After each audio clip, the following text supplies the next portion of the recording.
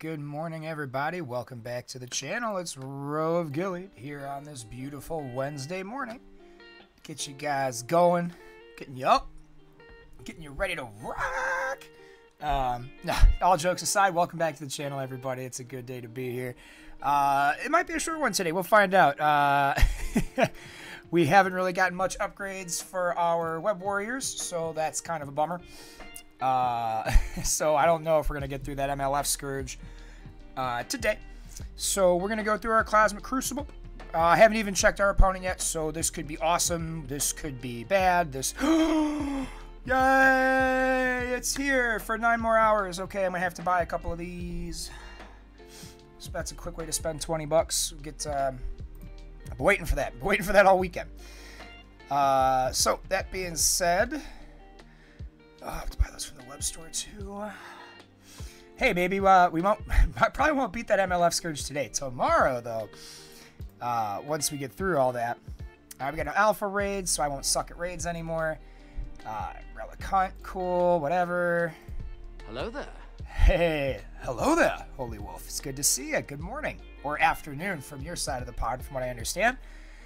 All right, we're getting into. We're gonna do some Lord of the Rings HoME today too. We're gonna get our Denithor unlocked. It's another character we're not doing any expenditure on Denithor, and I'll explain why when we get to that segment of the video. I don't really spend on marquee characters in any game. Not in Marvel Strike Force. Not in Star Wars Galaxy Heroes. Not in Lord of the Rings. Well, I take it back. I've spent a little bit in Lord of the Rings, but when we get to that part of the video of the stream today, it'll make sense. It'll make sense why we did it. I think we're gonna come up with a new free-to-play farm guide.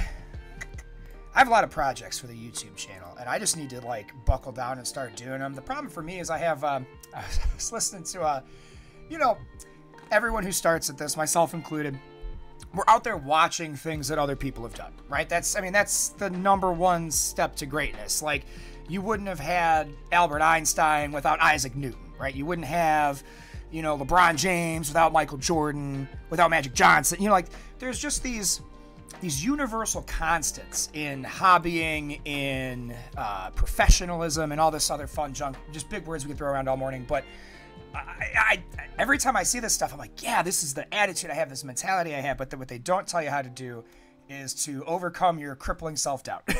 Because I was watching a Mr. Beast highlight video the other day where he's talking about best tips and tricks, and he's saying this stuff. I'm like, yeah, that's kind of my mindset. It's my wheelhouse. I want to do better each time. I want to be more analytical. I want to get this. I want to get that. But then you're sitting there, you're like, I have zero skills at editing and at software and all that fun jazz. So it's all a learning uphill experience for me, which isn't bad. It just makes things take a little longer because, again, I want every step of the journey to be better. So, like, we're overdue for me to cut and splice a channel trailer, some pre-roll footage, stuff like that. So, lots of projects on the horizon. Lots of projects on the horizon. Hey, there we go, friends. We got that win from yesterday.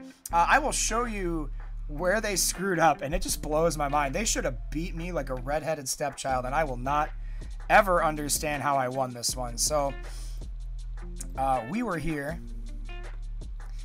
If we look at the defense, Masters of Evil against my Young Avengers. No brainer, right? Easy peasy lemon squeezy. Same thing, New Warriors. Now, this is where they screwed up. This right here. They used New Warriors to beat my Rebirth. And, you know, this beat that. Cool, whatever. Gamma beat Invaders. Cool, whatever. They got stopped so hard by the dodges. Infinite dodge, the mechanic, the team, saved me. And this is why we leave Spider Weaver on defense at mid-game. Because of bonehead moves like that. So I shouldn't be mad to LGX, as we determine that's probably the correct way to say their names, like a Pokemon card like Lugia GX or Pikachu GX. It's LGX. Not to be mean to LGX, but next time, New Warriors beat Spider Weaver. That's easy. Easy peasy lemon squeezy. Any of those teams that they took against my Weaver could have beaten my Young Avengers, but not all of them could have beaten the Weaver. So let's see where we're at. We got someone who completed Dark Dimension 4, so this is going to be mostly swing ups.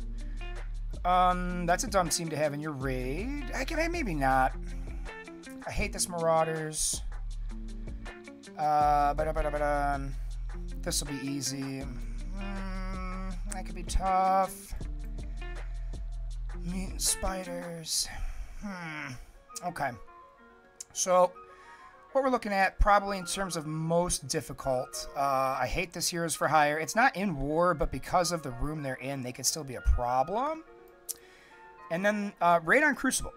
It's got to be that one and this one tied for what's going to stop us in our tracks today. Hey, good morning, Master Gilgamesh. Right, the investment on Pimtech is crazy interesting.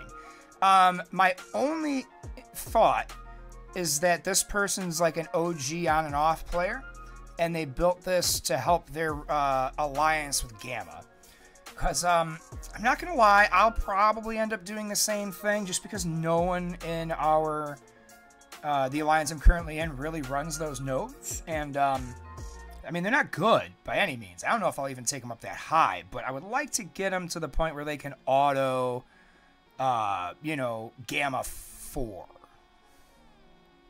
Seems feasible.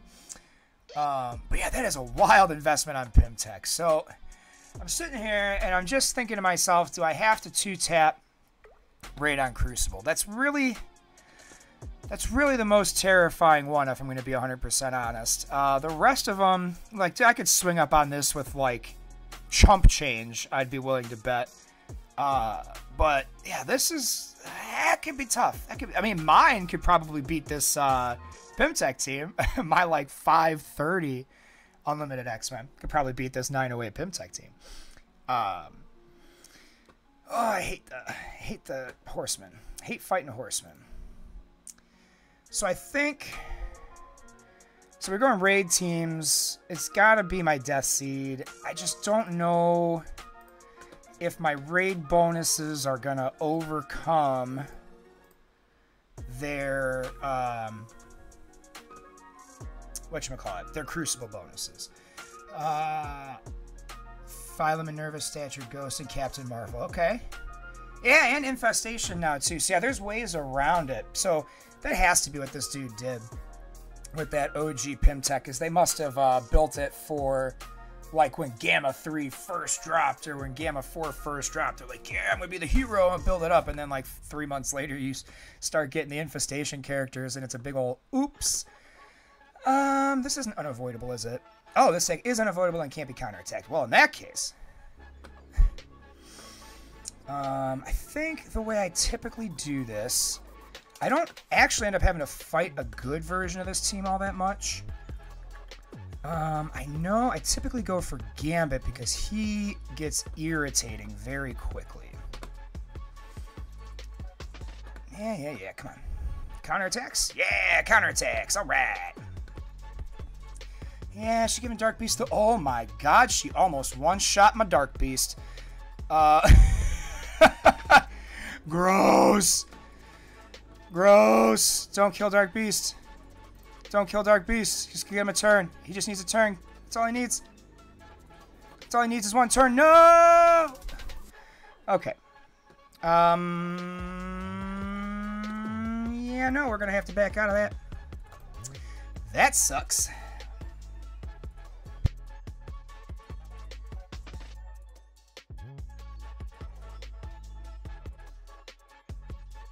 Well, that's, I don't know what we're going to use there. I do not know what we're going to use there. We'll come back to it. Let's get,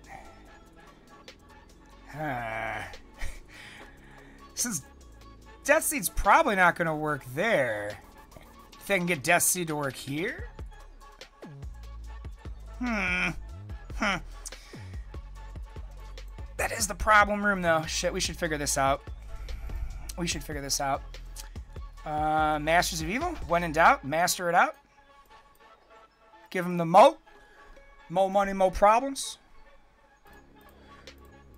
Alright. Let's try the mo. It's not as big of a swing up. Plus, it's Crucible on Crucible. It's just a weird team to put in this room because they're not going to get any of their bonuses. Ability block, disrupted, and heal block. Yes, please. We don't want her doing nothing. Just get in. Yeah, that'll hit all the people I want it to. Man, she's a chonky one. Let's get some Ultron bots. I need to play it right. Okay, well, here's hoping I play it right.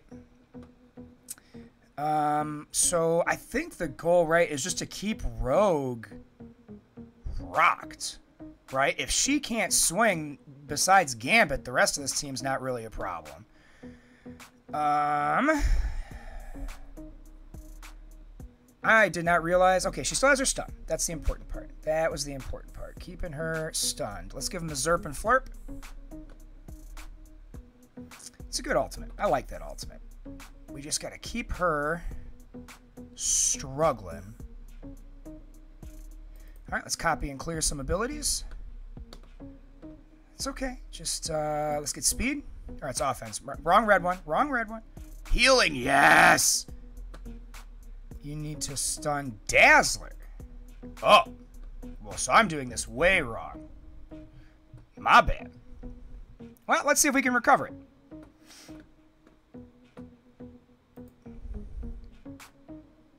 That should be Dazzler out. It's okay. Let's get Gambit next. What's this do again? Clear all negative effects from self. He doesn't have any. Increasable heal self for 40%. Attack primary attack for 4%. Clear all positive effects. No, let's just use the taunt. This way, if Rogue's going to hit anybody, she hits my throwaway character. Oh, I hate that they're invisible. Oh, come on, don't kill Kang. Okay. No chance, but we'll play it until I have to restart it. It's okay. She hit the one I wanted her to hit.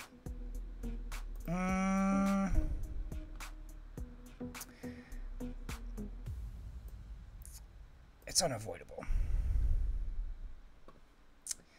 Oh, but it didn't stack because she had the immunity. Damn it. Well, I figured you meant at the beginning, Master Gilgamesh. The problem is there's like a 20-second delay sometimes in between what you're saying and what I'm saying. I'm going to be 100%. I forgot Dazzler cleanses. I'm pretty sure that's a high passive that I do not have. So yeah, I didn't remember that. It's the fun of having been in this game for 10 months, is that there's just so much that, like, every kid is a book. And you got to memorize all the books. And that's, I really still feel like I should probably still ability block Rogue, but let's try it. I mean, it's going to be a loss today anyway. We just, three losses against somebody who's swinging down on me is a loss. This is already over, so we just want to get 6 wins so that we don't waste our Masters of Evil team. And we help our Alliance stupid points. I don't want her popping off. We're going to stun her. Oh, of course she got a dodge because the turn order is whacked. All right, I forgot about that. Yeah, I'm not good at this game. I don't know if any of y'all noticed. We still learning. That's why we do it on stream, so I can have you guys tell me what the hell I'm doing wrong. Yep, there's the taunt. We're screwed. That's game. She gonna bad touch somebody. Yeah, so much for copying and clearing. And I didn't even see her bad touch Kang, but apparently she gave Kang the bad touch. Oh, it's okay, Holy Wolf. I don't expect anyone to, like, be a master, but anyone who's good at this game is, like, probably watching Valley Flying or something like that right now, no joke. Or whenever that dude actually streams. The special is what cleanses. Okay. Maybe just RNGesus can be a friend of mine today. RNGesus is a friend of mine. Come on. Yeah, that's an L. That's a big ol' salty L.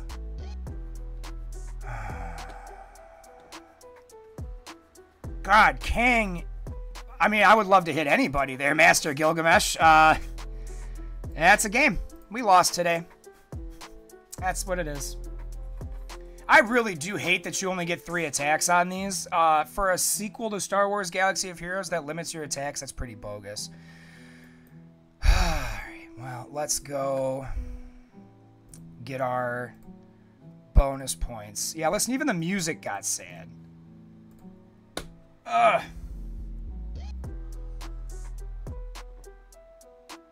Yep. I've actually never had that much of a problem with that team, too. It is what it is. Let's see. Let's get you out. I don't want you hitting the heal blocks.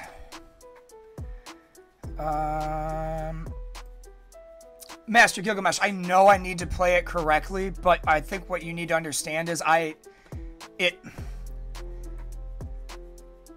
don't even have all of the T4s on all of their passives yet, because that's a resource for somebody that is 10 months into the game that I just don't have. I'm going to go spend $30 to $40 I also don't have today on T4s so that I can clear the Morgan Le Fay event.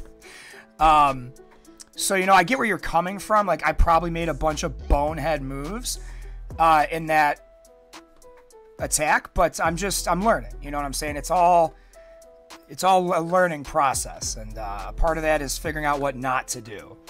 And another part of that is, you know, I'm not playing somebody at my level. I'm playing somebody who is probably at least minimum 6 to 8 months more of experience than me. So, like, they're just going to have a better roster, and if I don't play everything perfectly, I'm not going to win. Now, there's always the fun fact that we could have somebody like yesterday where they completely poop the bed. You know, and they, you know, don't even get my tangled web warriors room down like yesterday. Like, I should have lost yesterday too. So you never know. You know, you never know. But again, I'm learning. I'm gonna go find a video on how to piecemeal this team. That's that and Morgan Le Fay. But yeah, I've never lost to that team before in Cosmic Crucible. Usually I shit all over it. So, it is what it is. You live and you learn. And we'll get through the rest of these, and who knows, maybe I'll still win. I just feel bad that I cost my alliance 1,000 points. Personally, I mean, it's what happens to me every week. I start getting better, and then it throws me against somebody with a way higher collection power than me. What do I want to do next? I mean, the rest of this is like a joke, so let's go here. Let's just go in descending power order. This is 908. So my next team, I shouldn't do that. I should just go in there with stuff that matters. Cosmic shielding. I'm going to use the Cosmic team.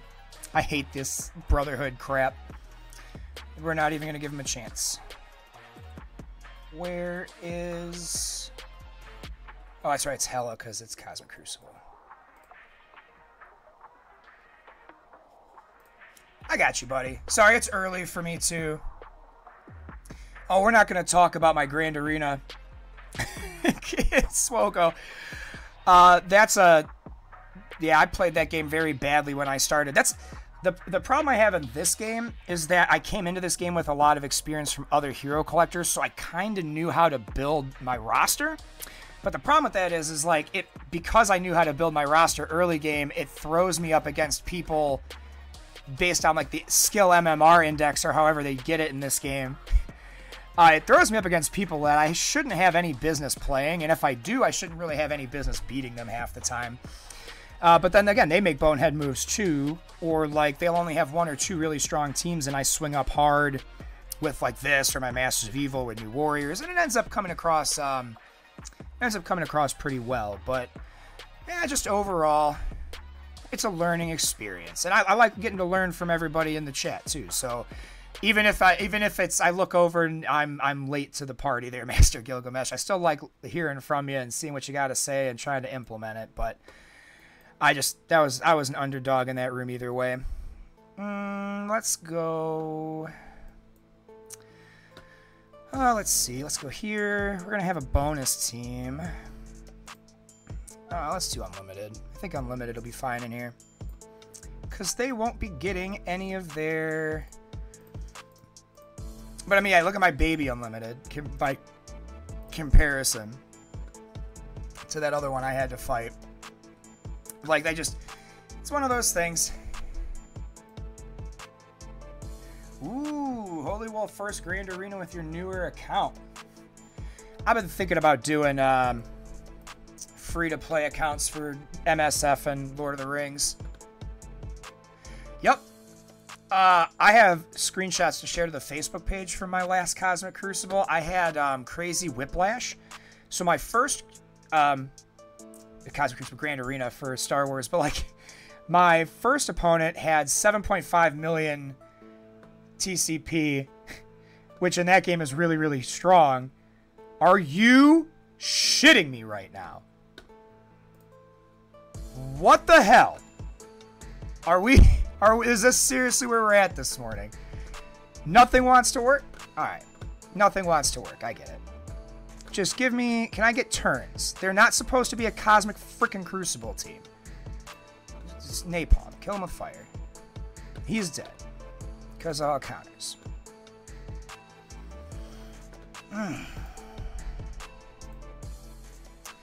We're not having fun today, friends. This is a bad one. This is a really bad one. Wow. Alright. New Warriors? I haven't struggled this much in a Cosmic Crucible in a really long time. At least not without having it be like massive swing ups. Like there was that last week where everything was like 800k or better. That's, you know, understandable. But wow, I cannot get it together today. Ugh. Disappointed.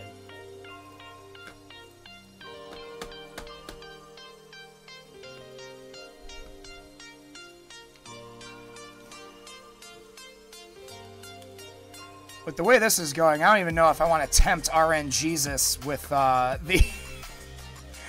Morgan Le Fay crap. Oh, I'm on my second cup. It doesn't... I used to run a 24-hour coffee house. It doesn't... I used to work third shift and run a 24-hour coffee house. It doesn't mean anything to me. I just... my characters didn't have their Wheaties today. My brain piece decided that it's going to forget how to play Marvel Strike Force, apparently. What is the difference? Like, that's what I'm trying to understand is, like, what was... I took in one of the best horsemen. Like, it's a legendary character. It's, like... has a Cosmic Crucible bonus. I'm just trying to understand why... And this is where these games blow my mind, because there's so much nuance. Like, there was probably one line of wording on Sif's kit that made it so that my entire Unlimited X-Men team was going to get mopped from the second I chose to play it here. Maybe I need 9 cups of coffee is where I'm at, man. Maybe I need... I didn't come correct to the channel this morning. That's probably what it is. Well, it's not even that they suck. I mean, I'm sure they suck overall compared to a lot of other teams, but it's just they're still a legendary Cosmic Crucible team.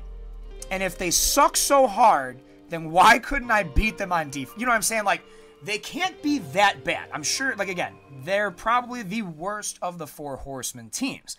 But if you're going to take a legendary Horseman team into something, you would think it would be comparable.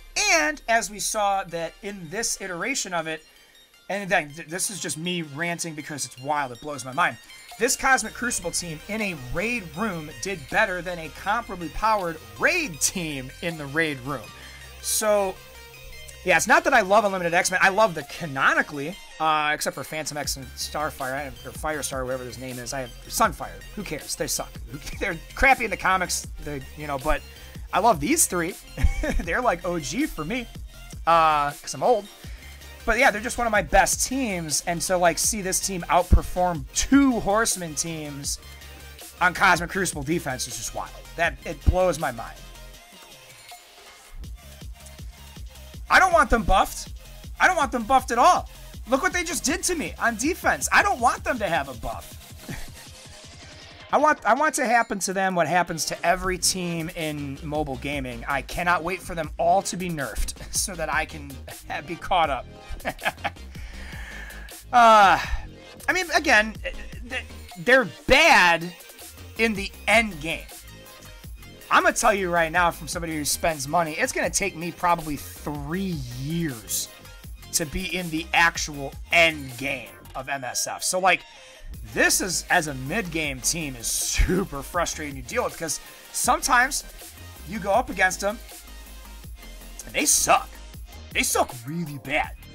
And then other times you can't beat them, like, because again, they're just a slightly higher power than me. I'm a mid-game player, and I just don't have an answer to that because I don't have Morgan Le Fay. I have her.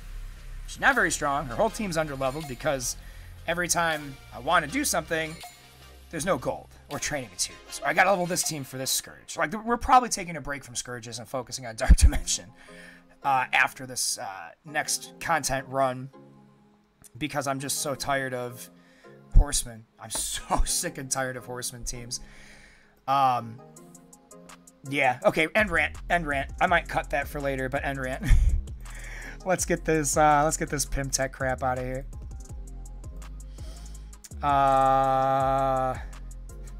Is it bad that I'm tempted to try Wakanda Forever since we've already lost today? Yeah, I'm doing it. I'm doing it. No one can stop me. I'm an adult. Yeah, so from what I understand, them and they're just not. I get what you're saying, but they suck in endgame, and I'm not in endgame. They still hold pretty good where I'm at. Let's do this. Why not? Why did that dodge? Oh, that's okay. So basically, to give you a rundown of why I'm upset about that team losing to that team, their legendary structure in this game for their new character releases is kind of wild. Basically, what they have you do is they have you build up a bunch of teams and run through this challenge mode, which is what we were doing yesterday morning for Morgan Le Fay, and what we did last week or maybe it was a week and a half ago, whatever, for Red Hulk. You got to run these events and have certain teams at certain star levels or power levels to be able to get certain scores. And then you unlock a legendary character.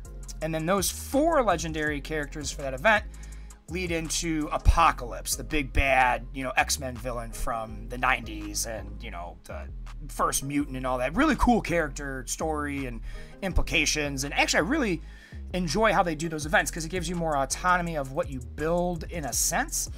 But the problem with those is that in order to get Apocalypse, which is arguably one of the best characters in the game, period, I have to build like a jillion teams up to a really high power point. And this is why you should never build Pimtech.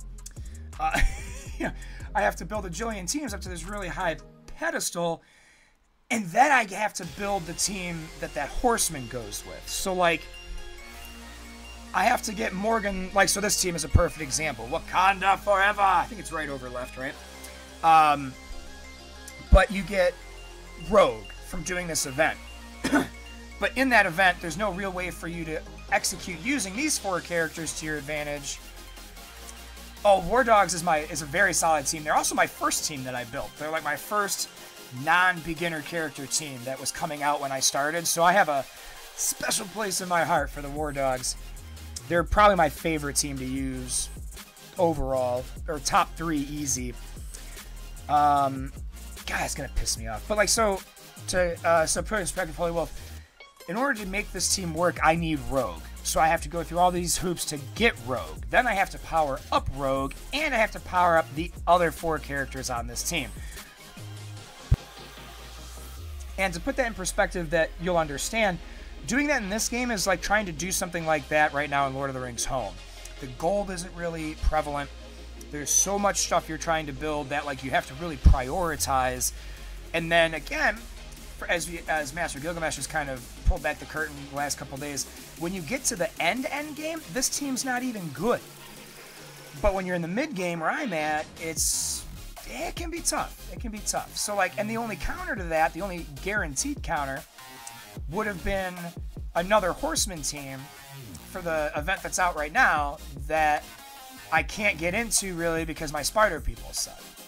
It is a lot of fun I'll put it like this. I've never had a bigger rush of dopamine than I did when I got my Red Hulk 1 million points. I did it off stream, too. I'm super mad about it. I wish I could have done it on stream with everybody, but I was stuck at work all day. And it was a dead day, so I just sat there just retrying and retrying, and I eventually got over 1 million. But, like, that dopamine rush of just puzzle solving that one mission you're stuck on and, like, just beating it down and getting through and putting up that high score, that is incredible. That is probably the best... one of the best video game feelings ever. And I've been playing games forever. I mean, I beat all the Halos on Legendary.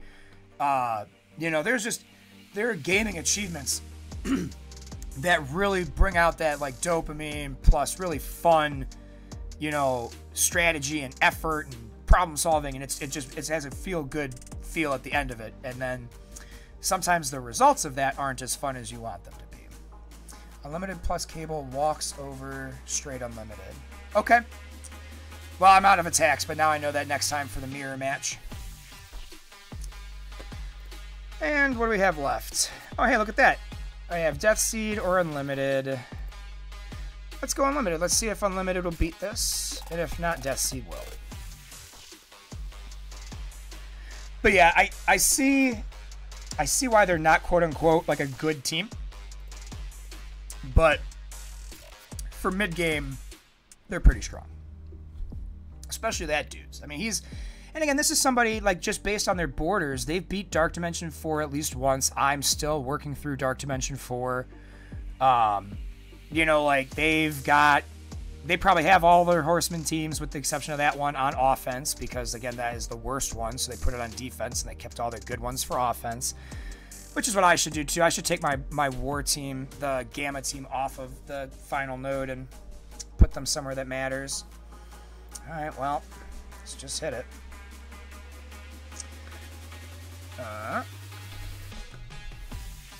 I mean, I'll take the tank out first. This team's not really... Buff it up. We don't need to taunt, so we'll just use this. But yeah, it's going to be a rough PvP week, I have a feeling, in this game. Or in my mobile games. My Star Wars matchup for week 1 didn't look great. Oh, so that's right, before I lost topic. So last week, my 3 Star Wars matches, right? I had a 7.5 mil GP, no Galactic Legend, but like every backbone team at Relic 5. And I got a couple defeats, but I couldn't take the win. They got me on efficiency. I cleared all 4 of their rooms. But then you go to the second matchup, and it was somebody with a 500k roster against my 4.8 mil, which is a joke. I mean, they didn't even have 4 teams on defense. Their roster was so small.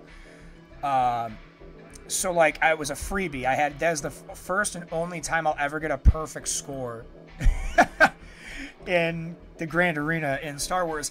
And then my team for the final round was the same GP as me, but he had a GL and he had General Anakin, and I just could not get through his defense.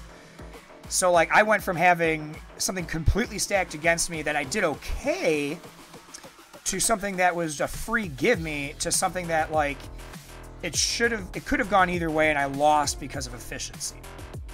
I got held by gas. Gas is hard if you don't have all your backbone teams at Relic 5. So, like, I literally saw 3 different approaches in that game to how I should have done things when I started that game 3 years ago. And, well, I wasted a lot of time effing around in Star Wars. So, we don't make that mistake anymore in mobile games. I wholeheartedly can't believe this dude hasn't swung yet. So, we're going to leave and come back.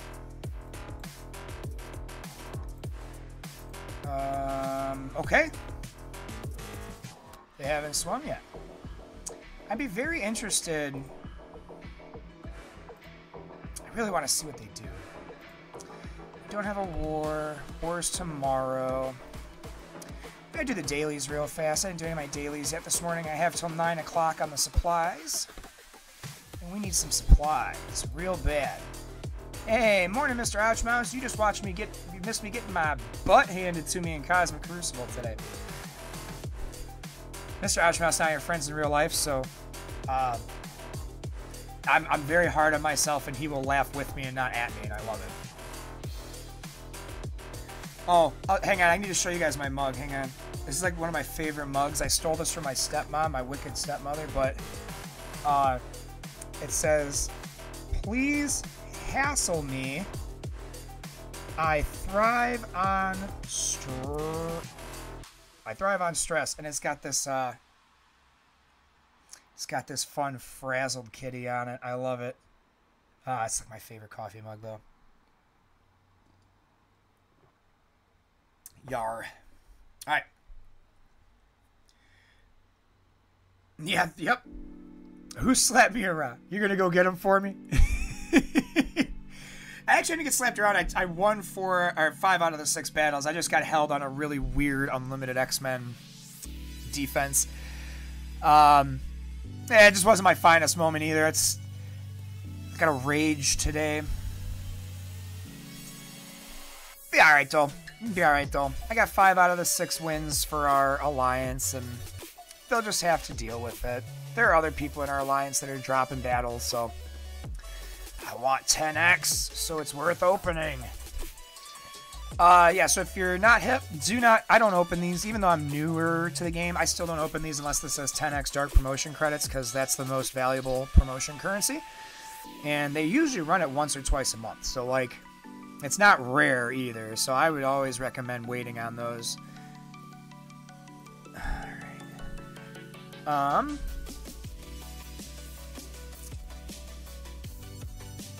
Let's open. I might need to make an in-game purchase before we do this Web Warriors Scourge crap. I don't like doing that, but I've actually been kind of waiting for this bundle for a couple days. That's right, we have all the good ones here finished. So we can do like... let's just go Spider-Man for now. We should just go Spider-Man for now. Anything good here? So what we're looking for this little like power up for my Web Warriors, so I could try to get their gear levels up, so that I could try to not have them. Ooh, I need those. So we try to have them not die, so not get mollywopped. I'm trying to be as PG-13 as I can. I know I keep the content channel set to 18+, but I always feel like if I swear too much, to turn off. Like, I wouldn't want, like, I think it's funny listening to people swear. I still don't know if I'd listen to somebody swear for 2.5 straight hours at, well, for me, 7:30 in the morning. For some people, 2-something in the afternoon, 3-something in the afternoon. Whoever, it's 5 o'clock somewhere, am I right? But you guys get the picture. I just, I save those for moments where I really feel it. Alright, come on. Give me something I need today, game. Alright, none of this actually give me anything I need, but I hate seeing... I'm one of those people that, like, this game is built to bother. I hate seeing all these red dots up there. They're like, oh, claim the rewards. And, like, I watch people on stream, and they'll have, like, 31,000 unclaimed orbs, and I'm sitting here, I'm like, why? What's even the point? Just open them. For the love of God. Oh, welcome back to those of you that got stopped by the ad break. We are talking about my funny orb opening ADD. I just can't leave them there for no reason. Oh, we got an Elite 5? Let's see what we got out of this Elite 5. Nico Minoru. Boo. Boo. Boo Wendy. Hey, we got another Elite 5 out of it, though. Hey, boo. Boo. Yeah, right, boo. Bad pulls. Pulls we don't want. Alright.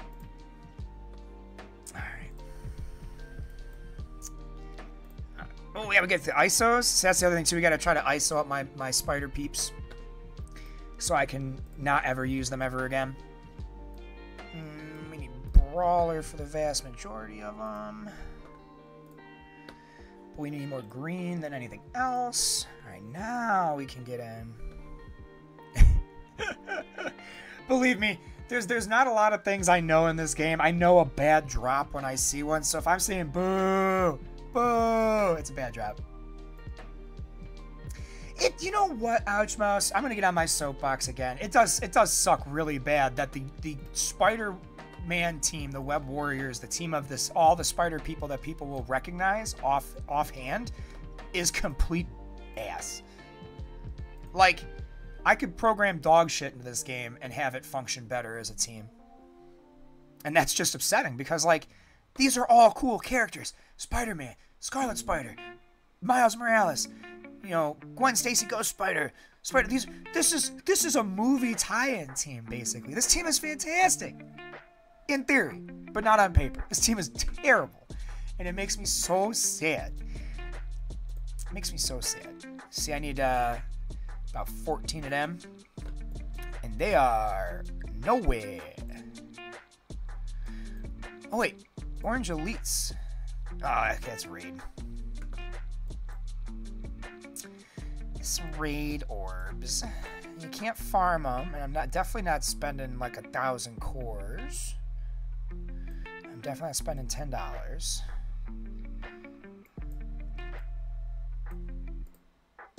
No, that's the raid one.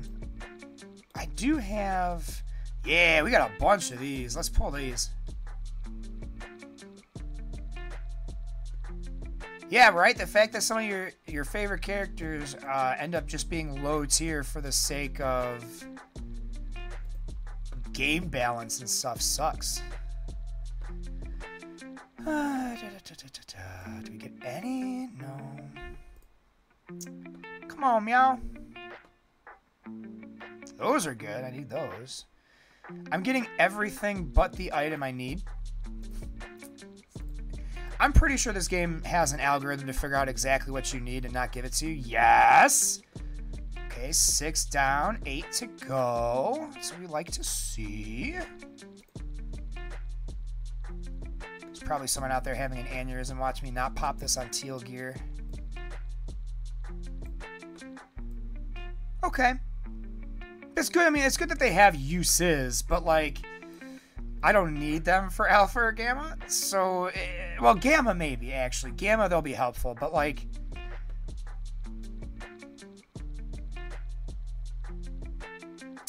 Well, Ouchmouse, I think what that comes down to in balancing is, you know, you have to phase out characters so you can make money. That's, you know, it's a company, and that's why the game doesn't play as well as it could, because there's behind the game as a company trying to make money. But I will agree with you that, like, not every team or every character, because, like, let's be honest, they don't need to give any of, like, the classic power armor teams that much of a boost. They just, as long as they can still make it through their nodes in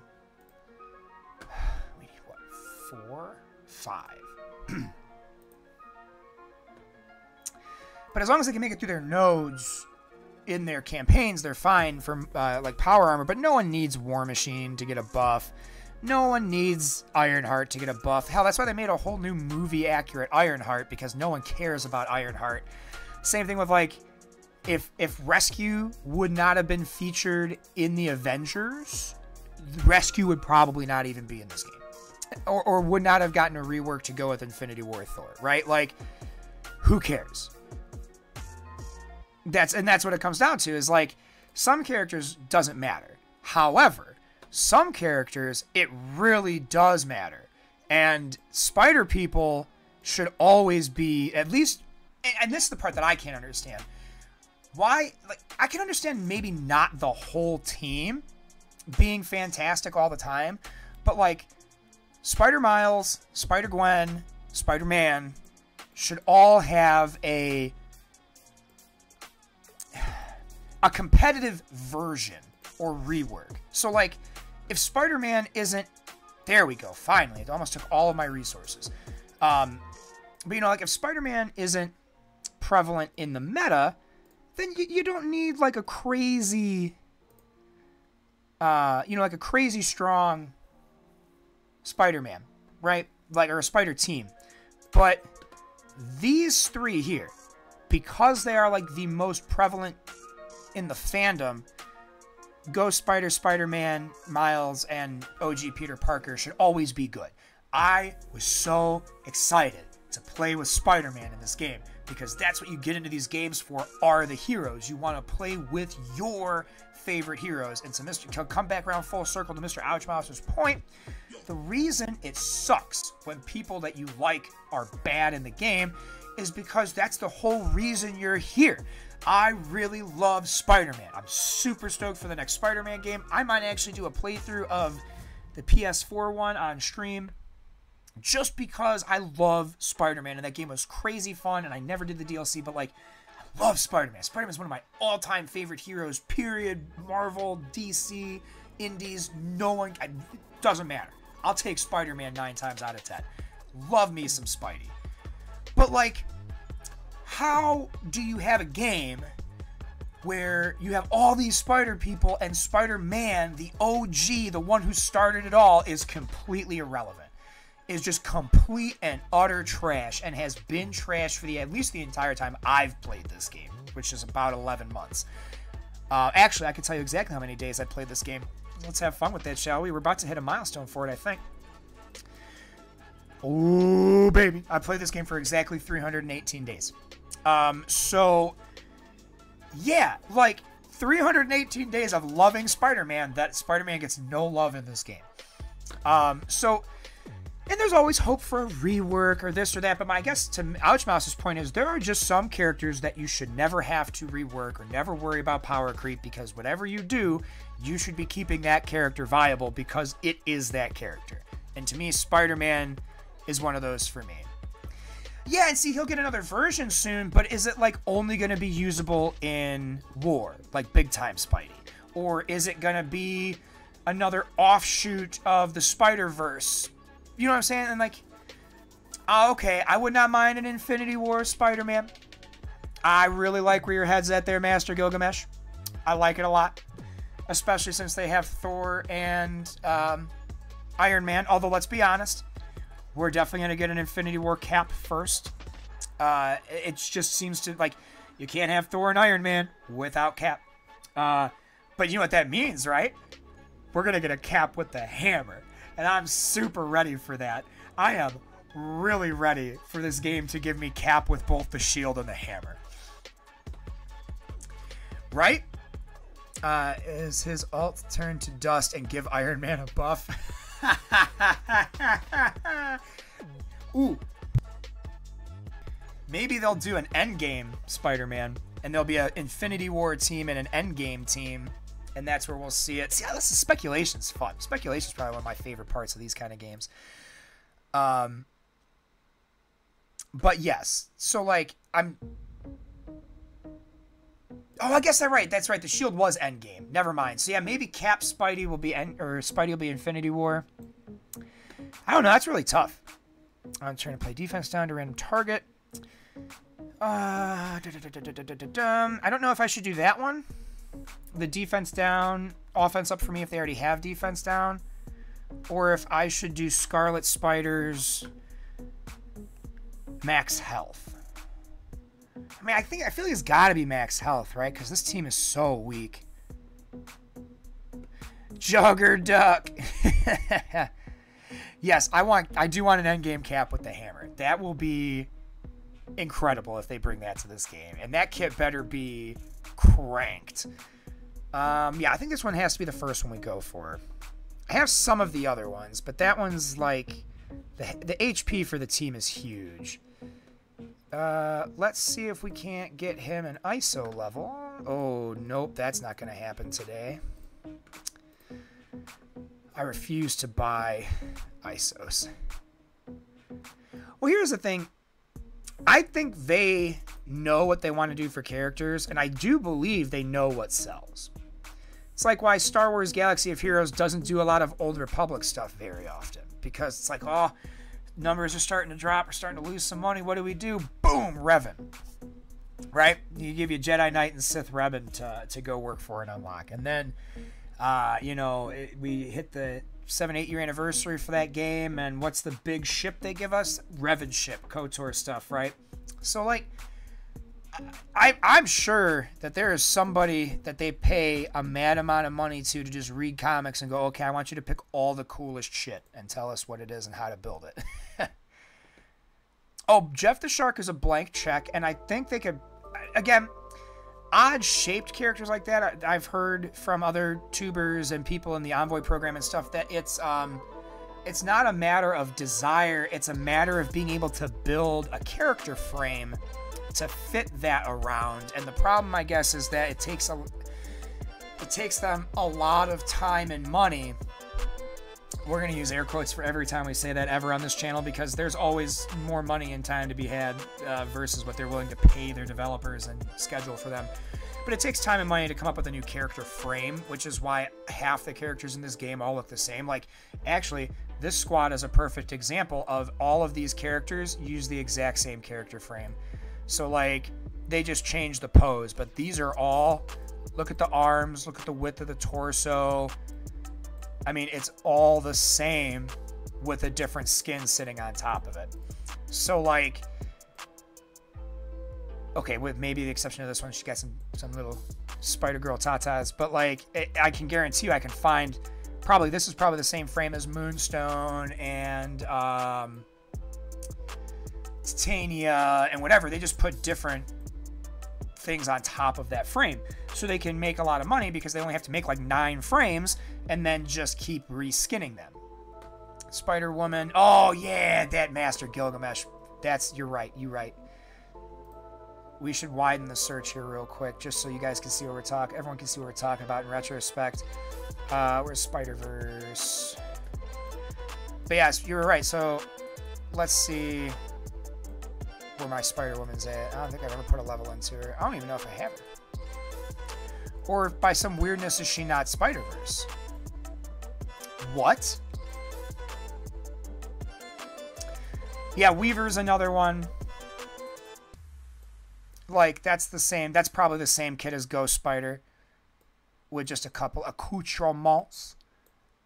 Yeah, it looks almost exactly the same body style and stuff. So their excuse is it costs them too much money. They make millions of dollars every day, though, and I guarantee you their developers don't get paid $1 million a piece, much less $1 million a day. Ooh, A-Team, thank you. Oh, A-Force. A-Team's got, that's like the old TV show with Mr. T. The A-Team. Yeah, Spider-Woman. Yep. Comparable build, although they... Ooh. Versus the comics, they did Spider-Woman dirty. But see, that's the thing, too, is huge tatas in the comics, no tatas here. And again, you gotta wonder if it's because it's all character framing. All right, they gave Miss Captain Marvel some love. Right? It is crazy. How is she not Spider-Verse? Spider-Woman fights with Spider-Man in the Avengers. How do you not have Spider-Verse? I think she has a different... I think it's like Batman being Batman. He doesn't have bat powers. He just takes the mantle. And I think that's what her... Not everyone can be Kate Bishop. Okay. First of all, I love the Young Avengers, so I have to see this now, because I've never really paid attention. And we're not going to look too hard, because they're the Young Avengers, so I mean, who knows? Maybe they are all over 18, but... we'll look at Kate Bishop real fast. Oh my, you are correct, sir. Stacked. Maybe it's just the stance. Maybe it's the spread leg stance. Because the rest of her frame looks exactly like the other ones. So maybe it's just the attention to detail. Maybe it's these little side parts in her costume that accentuate the hips. Couldn't tell you. But man, yeah, if Kate Bishop came to my house today and was like, let's go save the world on an adventure. Yeah, big fan. Probably, actually, she's probably one of my favorite Young Avengers, too. Little baby Hawkeye. All right. Let's see. Let's get back to it. Hey, Mexamilk, thanks for following the channel, friend. Happy to have you. Right. We're joking about character frame models at the moment, waiting to get into this Morgan Le Fay Scourge. We were just talking about, like, Mr. Ouchmouse here in the chat brought up, why don't we have Jeff the Shark yet? And my response was, well, that costs them money to make a new character frame, so it's probably pretty low on their priority list, seeing as they can already make characters using the frames they already have and make tons of money that way. But I agree with you, Mr. Dodge Mouse. Jeff the Shark, man, it's a cash grab. They'll make tons of money using Jeff the Shark. If we ever get Jeff the Shark, too, that's a great excuse for me to try to put Baby Shark in the stream rotation. Just torture everybody. All right. We were looking at Web Warriors, seeing what else I could possibly do to make them better to get through this stupid node. Stupid node. Alright, so we're working on Scarlet Spider's ISOs, slowly but surely.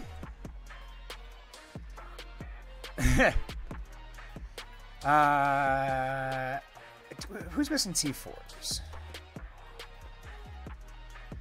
Okay, dodge and crit chance, but I don't really care about that just for you. I want somebody who affects the whole team.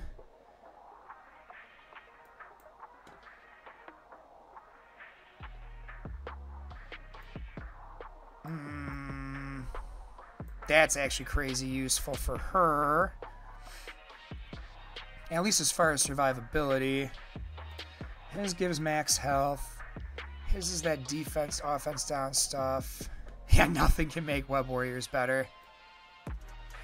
Thanks, Maxi. It's a weird experience being mid-game and trying to get stuff out there, but we're doing it. So we're still missing Miles, and we're missing theirs.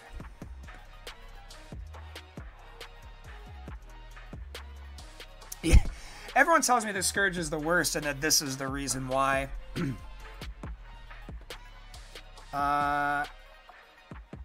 Right? I wish they'd give some of those Tangled the Web Warrior tag. That'd be so fantastic. But the reason they won't is because they want to make people like me spend to get through this event with 1,000,000 points. We got clapped up here yesterday. And we're probably going to get clapped up here again today. But it's worth trying now that we got some more dodge chance and some more health.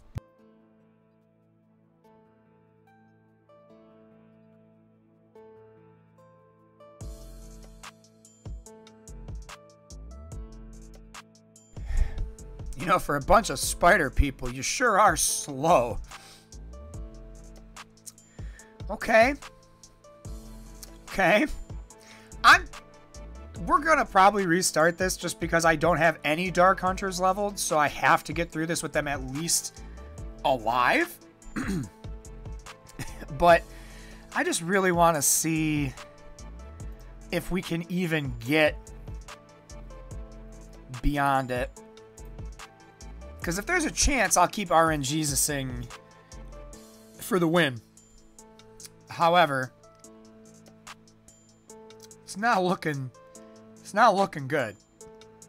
Yeah, that's why I have not built any Dark Hunters, because again, they were a team that was I started in October of last year. So like they were the team that was a big push to hand out. But then I was doing all my research, and you know, Mobile Gaver, Valley Flying at the time, Goofy Rexy. I was watching all these streamers and like, don't do these guys. They're trash. They're never good. They aren't good. Don't waste your time. And that was super helpful actually for me coming into the game, because I had no idea what was good and what wasn't. So I always appreciate streamers and chats and everything doing their best to keep the knowledge out there. Because again, as a mid-game player, if I was just trying to do this, as a mid-game player, I might make those mistakes. You know, it's something that's mistakes that are very easy. Really, this is what I gotta do. I might need the T4 for OG Spidey so he can survive, because otherwise... Okay, we've lost 2. Okay. So you're saying there's a chance.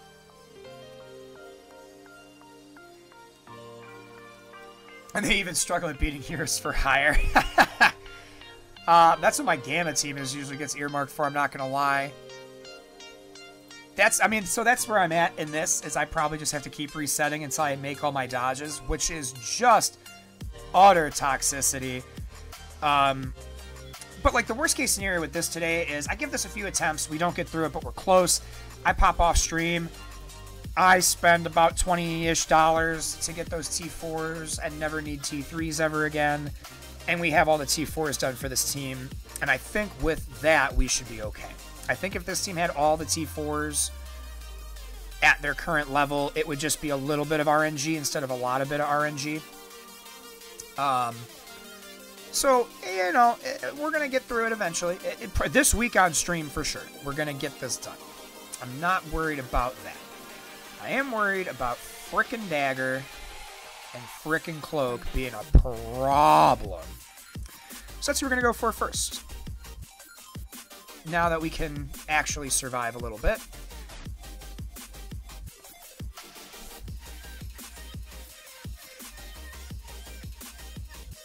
Oh, no way. So if you do difficulty 10, what's, ooh, that's big brain. I like that idea a lot. Just do difficulty 10, get 1,000,000 points before you even get to node 5.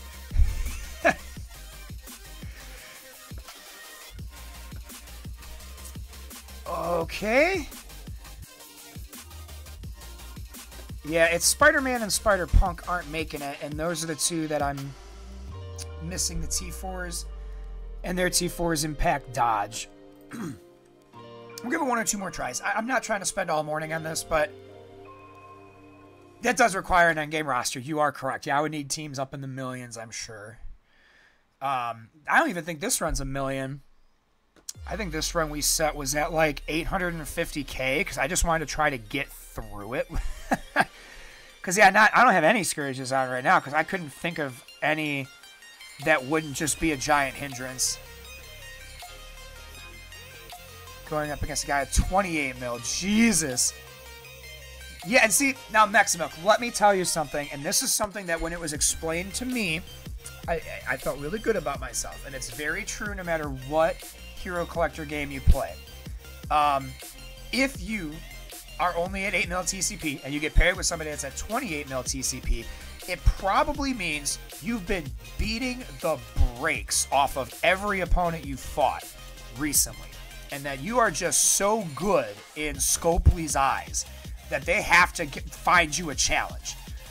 So, and it happens in every game. It happens in Star Wars Galaxy of Heroes. I give it to you for a fact. I guarantee it's going to happen in Lord of the Rings HoME. I know it happens in Raid Shadow Legends. I know it happens in every one of these games in the PvP. Is eventually you are too good for your level. Like the people at your level in time in the game do not care as much as you do. And you are able to execute strategies and you have the smart team building. So when that happens to you, Maximic, sorry. Maximic 1, I thought the 1K, my bad. Either way, when that happens to you, you have to just look at it and say, you know what? I really am too good at this game. That's what it comes down to. That's literally what the game is trying to tell you, is that you are too damn good to be fighting the people you're fighting. Oh my god, it's working. I jinxed it, but it's working. It was working. Okay. Yeah, we'll give it, see, and I thought I had her healing maxed out too. And see, I agree with you, Mexi. It just sucks with the Cosmic Crucible milestones right now. That's why it sucks being mid-game too right now. Because, like, I was lucky, and I only dropped 1 battle. But if I'm going to be 100% honest, coming into this game, I've been building my roster solely for Cosmic Crucible. Because I love Grand Arena in Star Wars. So, like, I am very, very, very excited. I was very excited about Cosmic Crucible in this game and that I could start it so early.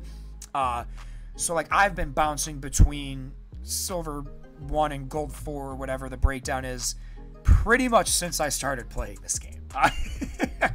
I wish I'd have saved some of my old streams because I could show you some stuff about how quickly you get into gold if you're low tier, but you know what you're doing.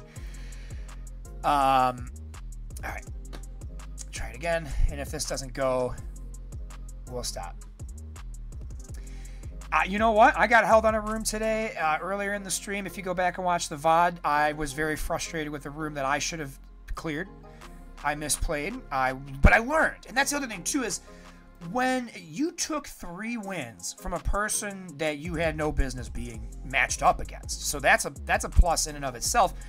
But then, again, it sucks with the milestone right now. But take it for what it is. Like, I lost today against a team I should have beat. I just needed to calm down and listen to Master Gilgamesh and take my time a little more. And I probably could have had it. But even then, coming in it from the mid-game perspective, sometimes there are just teams that they're going to have your number in the mid-game, and it sucks.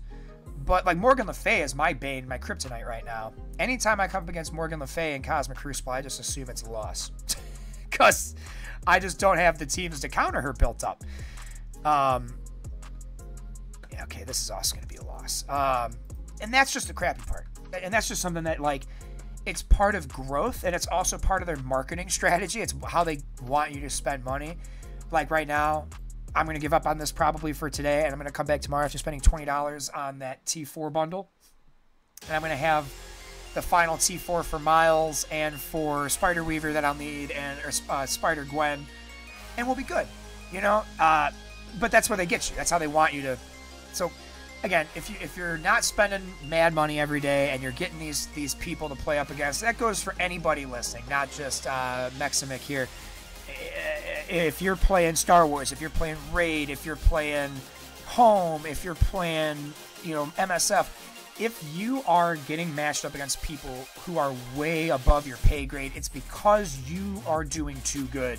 And that is the only way for the game to check you, is to say, oh man, this person's won out of their, it's 6 battles per Cosmic Crucible. This guy's 18-0 right now. We gotta solve this equation, and then you just get put in a ladder with people you have no business playing against. And the downside right now is there's an event going on. Actually, I'll take you to the event while we're just BSing. Oh, no. Didn't want to do that. Here we go. I'll show you the milestone we're talking about. So there's this event, this Topple the Tribunal, where you have to earn these milestones for these character shards and for these monthly milestone items, and the only way to do it is win Cosmic Crucible, and you get bonuses for Masters of Evil, and you get some allied supply orb stuff. But, like, the biggest one is winning your Crucible matches.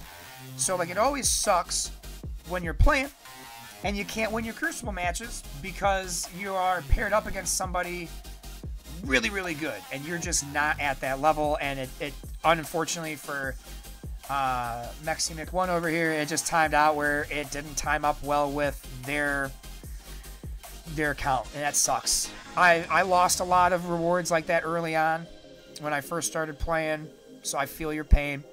I feel it very well. And that's the other thing with these hero collector games. You have to go in with the understanding that you are not going to get everything every time. And it makes your life easier.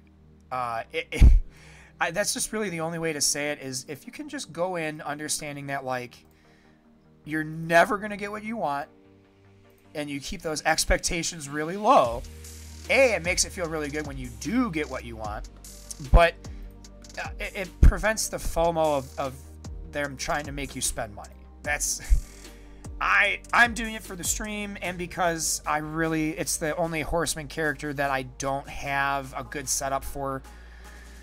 So I was actually really hoping they'd sell star levels in the store, if I'm going to keep it a buck with everybody, because I'd like to get them some star levels too. But yeah, so let that be the lesson of the day for everybody, is if you're playing a PvP game mode in one of these style games and you get a matchup that is way out of your caliber, it's just because you were too good. And this advice brought to you secondhand from Row of Gilead, the master of mobile gaming, Arnold C101, I think is the one I heard that from first, but I've heard it from, like, Mr. Mobile Gamer, and I've heard it from Valley Flying, and, like, but it's very true. It's one of those things where the more you play these games, the more you realize that, like, if you are flying light years ahead of where you should be and you're doing really well, eventually the game will check you. And that's twofold. One, because they want you to spend money, and two, because, well, you're doing really good. So at some point you're going to get matched up against people with a similar win-loss ratio, and guess what? That's going to be a bad time for you, because they're probably going to have a higher gear level. Hey, another get 5. Why not? Couldn't give me a get 5 for, like, one of the characters I need. But that's okay. So yeah, that said, let me open some new orbs, see if we get anything good, and then we'll go unlock our new character in Heroes of Middle-earth. And see, that's the thing, too, is I think attacks, and here's where it gets really interesting. If you do like 1,000 per attack, I could technically fail a node twice, get 3 attacks per node, so I'd have 18 attacks per Cosmic Crucible, but then I'm throwing the Cosmic Crucible. So that's where that gets weird too, because if you just say attack, you know what I'm saying? Like you get more points for losing on purpose then, which is I just don't think that they should have any. And this is the Envoys, and I actually just listened to Mobile Gamer talking about this. It was either last night or this morning, and I agree wholeheartedly. You can't make single player events part of a multiplayer milestone. So like, I don't think you should ever have Cosmic Crucible as part of this wins or attacks, because then if I want my alliance to do well, I have to throw my entire 3 days of Cosmic Crucible getting 2 losses and a win, 2 losses and a win. Or cap it at 18, that makes sense, and then you can just throw 1 Cosmic Crucible if you want to. And again, you're right, with those point limitations, it makes more sense to do it that way, but I just don't think they should do it at all. I think they should just stick to things that are alliance-based. Stick to war, stick to raids, because those things are team-oriented.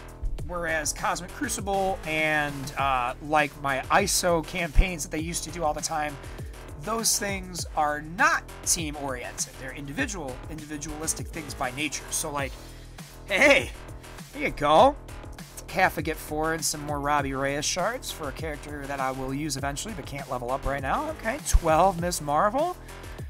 Very nice, and we got a gold orb out of it. What's the last one? Something good. Ooh, 6 more Miss Marvel. Is that a Mega Orb? Oh, we got a Mega Orb. Oh, baby. Hang on, we open the gold orb first because I'd rather have gold than something from the Mega Orb. Let's open these. Good, it's a poop orb. Another poop orb. Cool. Luck's getting better. We're on the crescendo. Alright. Big money, big money, big money, big money, no whammies. Woo! That's an awesome Mega Orb. Nice! 50 Sylvie shards. Completely unfarmable character.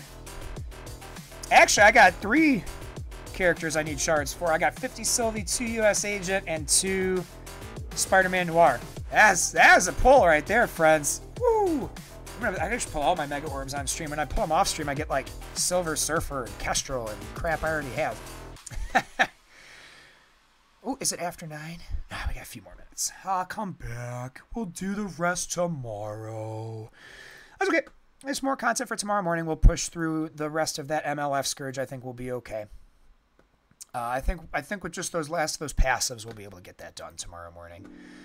So that said, let's wind the stream down a little bit. We're gonna change games. This will go quick too. So if anyone not familiar with what we do on the channel, we play all kinds of mobile games. MSF is probably the most prevalent because it has the most daily event playtime. Like there's always something going on in MSF for me to stream. But I really love Lord of the Rings Heroes of Middle-earth. It's not in a good place. It's new. It's a baby game still. It's not even 6 months old. It just needs more to do. And the only thing to do right now are these character marquees, which aren't great because you don't have the resources to even level up your characters. So I like some of the new things they're talking about doing in this game, though, that I'm really a fan of. They've talked about replacing the squad arena, like the 1v1 squad arena, before the end of the year with a multi-squad PvP that takes place on a daily basis. So like a mini Grand Arena or a mini Cosmic Crucible that takes place every day. That's hot, and I want more of it. And as soon as that is in the game, I will stream this game 7 days a week. I'll be on every morning at 7:30 doing my attacks, because that's just probably one of the most engaging parts of PvP gameplay, is that. So, is being able to play it and strategize and tweak and then come back the next day and do it again and again and again. So, I know Arnold's going to be really jealous in Galaxy of Heroes when they add that to this game before that game. I don't blame him either. I'd be upset too, but, well, he's the one who gave up on this game, so he'll just either have to come back and join the dark side or whine, because Capital Games is not going to reinvest that level of effort into Star Wars. I can guarantee it. Let's get the regular challenges out of the way today. I don't even do that one. Hey, we've made it full circle on the background music playlist. Must be over an hour of streaming.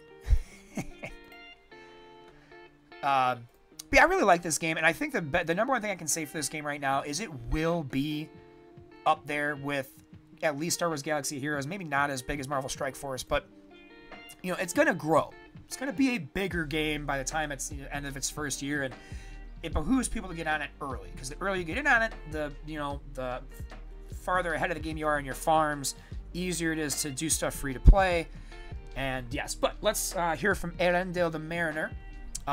Good tidings, Ring Bearer. I am pleased to tell you that the Steward of Gondor, Denithor II, wishes to join you. That rhymed, and I hate it. Denithor's years of protecting Gondor alongside his Gondorian allies have made him a proud and wise leader. His compatibility with his eldest son Boromir shows on the battlefield. Together with his younger son Faramir, they are a force to be reckoned with. Let's talk lore for a second. Really think it's funny that they mention he's compatible with Boromir, but he plays okay with Faramir. That's so cruel. That was also one of the great what if things they talked about from the Tawna stream with the devs. Was like, what if Denithor II wasn't such a shitty dad to Faramir? It was one of the funniest topics I think I've ever heard covered in a video game. It's like, what if he was just not a bad parent to his youngest son? What would have been different? I laugh. It's funny. All right. So yeah, and this is why this game doesn't really have a lot of context as far as streaming right now goes. I'm gonna play 5 missions where I could basically auto it, and it teaches me how to use the character, and then I'm done. So his basic Fierce Decree attacks the target enemy and gives a chance to grant Provoke to the Gondor squad member with the highest health who is not in stealth. So yeah, that's the whole thing. That's the whole thing. It's just like, yeah, basic attack. Let's go. Oh.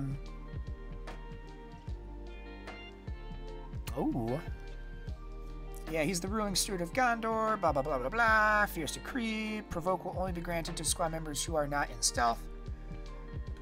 Yeah, it's probably always going to go to Boromir unless he goes, which means it'll go to Sergeant Ara, but I mean, look at this. This is how eventy this is. I'm just gonna hit auto and we'll be fine. Now, like the way I see these events right now in this game, they're like intros to these different teams and how they work as a unit, but they're like sales tactics for whales. So like, it's nice to see how the team works.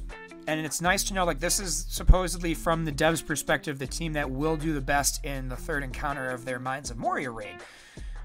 But I'm willing to say at least 50 to 60% of the community hasn't even seen past Chapter 1 in the Mines of Moria raid, much less Chapter 2, much less Chapter 3. So, like, when you're selling a team, and that's what it is, you're selling a team to beat this problem that is Chapter 3 of the Mines of Moria raid. So, like, these characters are good to have, and they will be worth noting that they are good for the third phase of the Mines of Moria, but they're not farmable. So they are pay to win, meaning they are whale teams. So like, marquees are nice because I'm going to have all these 3-star characters in my roster, but they kind of suck at the same time because they're not really events. They're like sales demos for people with money to spend on the characters. I digress. Special 1. Commanding Presence calls upon Boromir and the ally with the most Banes to assist. Banes? I thought Boons was supposed to be what this team was. Commanding Presence also grants a stack of regeneration to himself and each assisting ally. Oh, do I get... Oh, okay, so if 2 characters have 1 Bane, they will both assist. That's kind of hot. Alright, we can just hit auto again. But that's neat. So yeah, they're fun to see like what they're doing with the characters, how their kits are gonna work, what their teams excel in, but I wouldn't call this content. because there's no challenge unless I'm spending money. And there's no end game unless I'm spending money. So this game needs events that we can do on a regular basis that don't require me to buy heroes every other week. Which actually, I like the hero cadence in this game. So CG, if you end up watching this or someone's talking to CG and they hear my complaints, I actually don't mind the hero cadence. I wish, because the game was newer, it was just a little quicker on the farming for certain characters. Just because there's no way for me to even play with these teams. Because, well, resources are so minimal. And again, like, I'm going to keep playing this game free to play. But when most people can't level up teams because there's no resources, that's not good. I've never felt that, like, your gold and player experience in this game should be your most monetized resource. I hate that. And they're always expensive as hell, too. If you're going to monetize the hell out of it, you should at least make it affordable for, like, your everyman to play. Alright, ultimate. Visions of Shadows will stun the target enemy and dispels boons from all foes. Ooh, that's hot. Using the Palantir can be informative, but doing so comes with risk. Visions of Shadow will therefore inflict stun on Denithor. Okay. That's actually a really lore-accurate kit ability, and I really, really like that. That's big smart. Additionally, if Boromir is alive, all Gondor squad members can gain a stack of Unbreakable. Cool. Okay. So, like, this is a literal... I'm going to hit auto and explain the story and why that's cool. So, like, that's a literal implication to the story of the Lord of the Rings. So, in the books, Denithor has this Palantir, which, if you're not familiar, is one of the 7 Seeing Stones. It's basically like Merlin's crystal ball. I can see past, present, future, different places. But they are very difficult to use, and they require a lot of mental fortitude. And anyone else using them can also influence you, which is why he goes crazy at the end of Return of the King. It's because he's been, like, slowly mentally poisoned by Sauron in Mordor, because he keeps using it. But that's how he's kept Gondor safe, was using the Palantir to give his sons intel so that they can triumph on the battlefield. And that's basically what he just did there. He was like, hey, here's all their special bonuses so we can counter those. And then everyone gets to have a buff because Boromir's still alive. And I care about him, not Faramir. So if Boromir's alive, everyone gets buffs. If it's just Faramir, I hate the world and I want to die. That's one of the best things I'll give to this game is when they make these kits and these attack names, they really do take a good amount of time to think about that core character, what they're known for in the story, and to execute that properly in game. So Capital Games will always, so far, has gotten mad kudos from me on this game as far as making it as lore accurate to the character kits, to the stuff they do as humanly possible. I mean, let's be honest, Denithor probably ain't seen a battlefield in the Lord of the Rings universe in 40 plus years by the time we meet him. But it's a cool concept, nonetheless. I mean, we got Hermit Yoda and C-3PO in Star Wars Galaxy of Heroes that have never seen battlefield action, yet they're playable characters. Hey, Carbonix, good morning, my friend. Welcome to the chat. Hermit Yoda is OP. All right, let's see what his passive does here for Steward Gondor Denithor. Steward's Mantle grants Denithor extra focus. Cool. Additionally, he gains a stack of regen at the start of each of his turns. If Boromir is an ally, it also grants the most wounded Gondor ally a stack of regeneration. So they are really hammering home that Denithor loves Boromir more than Faramir. And again, the extra focus going to that mental fortitude. Miss Piggy, Padme, Carbonix, I can't even this morning. I love it. All right. So yeah, mad props so far on theming his kit. This is a very well thought out, lore accurate kit. We're just gonna hit auto so we can keep talking about other stuff. Oh, that's cool. It's his little throne. But yeah, this is these aren't events. These are just freebies. So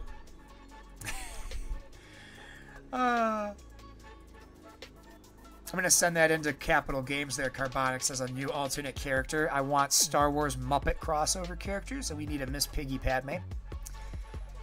And that would make Kermit Anakin, which I think would be a very fun dichotomy.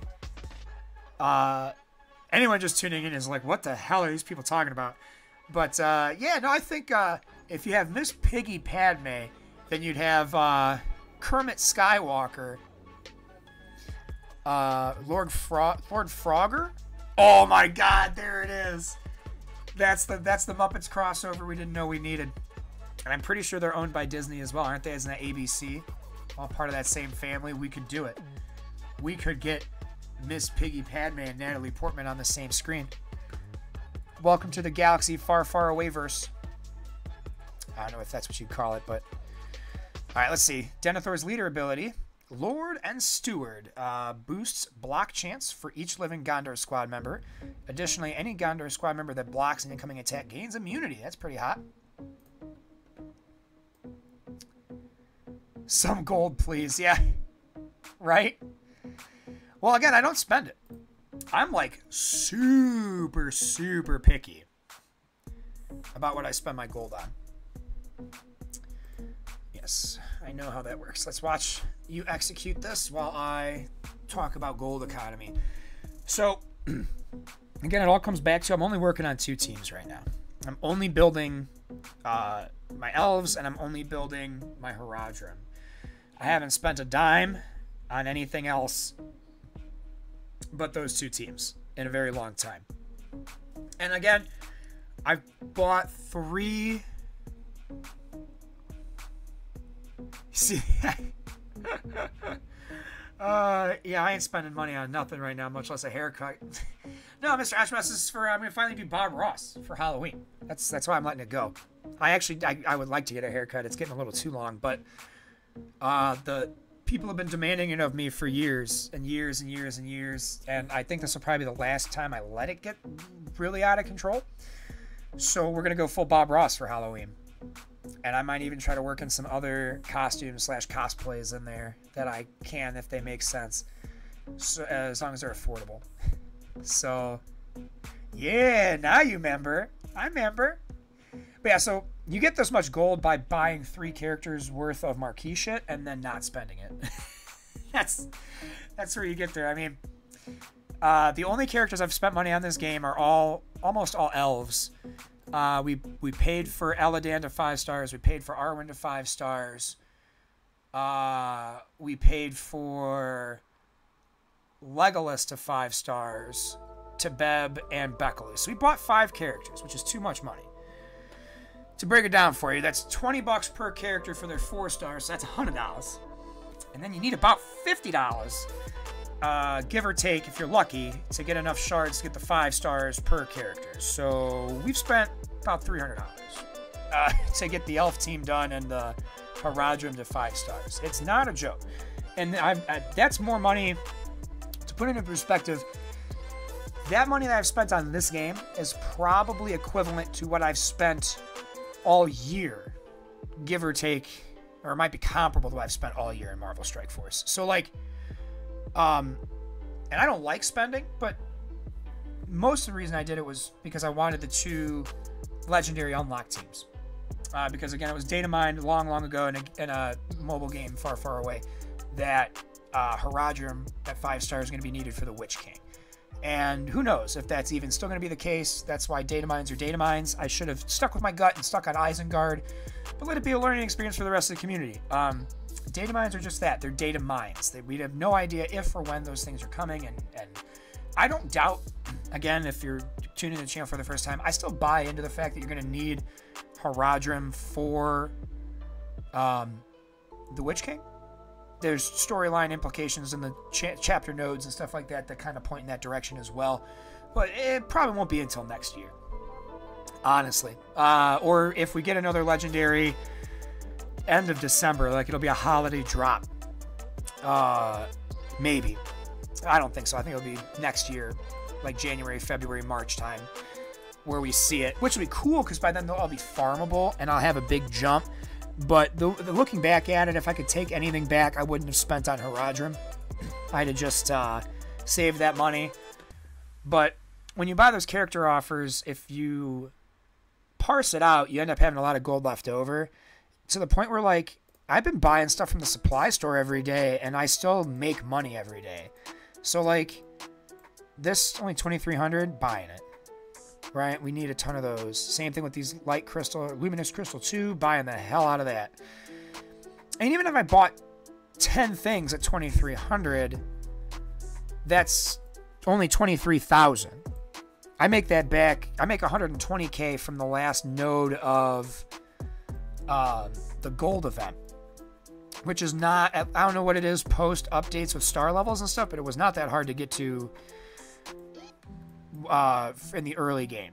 It was pretty easy and pretty doable to get caught up to that. And so, like, I do that, right? We're going to buy some more for you. I'll get 10 for you because I just have currency up the yin-yang. I don't know why I'm still buying Halberad shards. This feels like a big waste for me, but I keep buying them. I'd much rather have all the essences every day, but so close, Woobet. So close. But yeah, so like I just go through and every rotation or two, I'll buy all the stuff that pertains to characters I'm farming. That pertains to a character I'm farming too, because like I'll run a few campaign missions and get most, if not all, of that gold back. And then like I'm not like upgrading characters that aren't on teams I'm using. So like that HoME is ready for 6 stars, but I'm not going to upgrade them. I'm not using them. You know, like maybe when I'm ready to really buff that team for the raid, I'll spend on that 6-star upgrade. But like most characters aren't going to get paid to go above 5 stars unless they're a team I'm actively focusing on. So like right now, like you could tell, boom, right up top here, 4 out of my top 5 characters are my Rivendell elves. So like, and they're, look at them, 60, 60, 60, 60, 55. You know, and there's a lot of gold. I have no character experience right now. I can tell you that. I have like next to none. Let's show you how little I have. I don't even think I can level this man up. I can get him all level. I have 55 or 51K. So I'm hurting for character experience really bad. But you know, if you look at them, they're all gear tier 6 or higher. Yeah, actually, Lomian's the one. Lomian and Arwen are the ones I'm trying to build up gear on right now. Get them more in line with my big boys here. And it makes sense you're hurting for both, because if you're trying to build your roster too wide, you're always going to be out of resources. So like, for me, it's Rivendell elves and Haradrim, right? And if we look at my top 10 characters in my collection, it should be mostly Rivendell elves and Haradrim. Now, like 5 Rivendell elves. I don't know. Is it not sorted by power? So where's my Haradrim? Oh, because I have things hardened. Okay. Yeah, never mind. That's silly. I hate that. I wish I could just click on it and get rid of the favorites. But if I were to remove all the favorites from all these, which is going to take way longer than it's worth to illustrate a point, probably out of my top 15 characters, 10 of them are going to be Haradrim and my Rivendell elves, because those are the only ones I've been really focusing on. And then the other 5 would be some amalgamation of my original orc team and like Legolas and my what are they called? Rohan, or Road to Rivendell, because I put a little bit of effort into them for the raids. Hurting for both. You got Isengard, Haradrim, Road to Rivendell. Honestly, if you don't have the Haradrim at 5 stars, I'd stop investing in them. I would just go full Isengard and Road to Rivendell. And I think I might try making a free-to-play account. I have so much time invested in so many games. It's hard to like start up a second account and give it the right amount of attention that it needs. But I'm thinking about doing it for this game and just going full free-to-play and only focusing on Isengard and Road to Rivendell and seeing how long it takes me to catch up to my main account.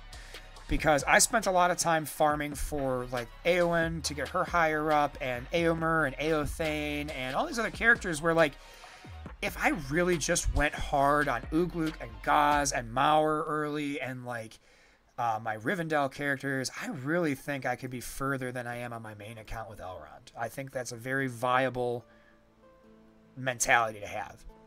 But that's the thing, is you got to be disciplined. You can't be like, oh, you know what? I need a little something, something. I'm going to level this character. No. You got to level the crappy characters you chose until they're good enough to get through what you want. And that's where having that mentality is rough. And like, that's where I'm at right now, is like trying not to overspend is tough, because I want to start investing in other teams, but I need my good teams to be their best before I start doing that. That's not what I wanted. I wanted these supplies. Also, people give this weekly store a really bad rap. There's stuff in here. Everyone's like, oh, but Ro, you're spending your gems, and there's a paid currency, and you got to save up so long to get those, and this, and I'm like, yeah. But I'm going to tell you right now, as somebody who hit max level, my gems are... I'm constantly growing how many gems I have. So, like, this would be the second time... Put it this way. If you're in Silver 2... You're getting, and which is what you should all be pushing for your arena shards, is Silver 2. I don't think it's realistic without spending tons of cash to get above Silver 2. But if you're Silver 2, you're getting 50 gems a day from being in Silver 2, and then you get about 75 gems from your daily bonuses. So you're getting 125 a day if you manage to do everything. That's 700, and then 25, 50, 70. That's like over 1,000 gems a week.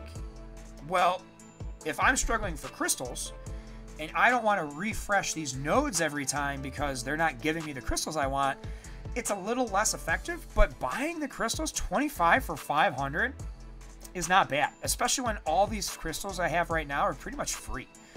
I've spent way down when I was grinding for my Harajim. I was under 1,000 when I was grinding out for them, and I haven't spent any money on the game since, and I'm already back over 3,500. So, you know, once you hit 60, smart spending on your crystals goes a long way.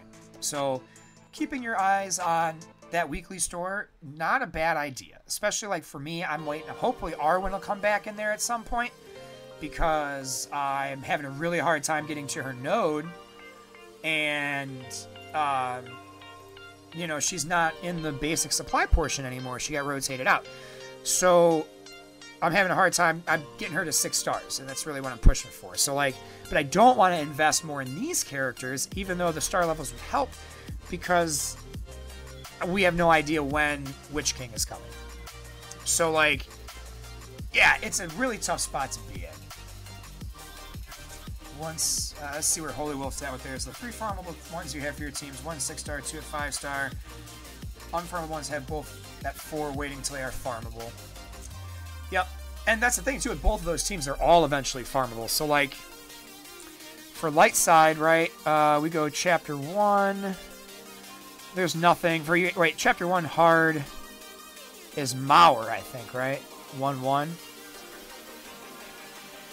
No, Aothane, it's 2-1. It's Mauer. Yeah, 2-1 for Mauer. 3-1 is your Mary, or Frodo, right? 3-1's Frodo. 4-9 for Azak is the hardest one for Isengard. And I don't think there's anyone past that for either Isengard or Fellowship. And Lights, nope. And then, we gotta go back one. Shadow.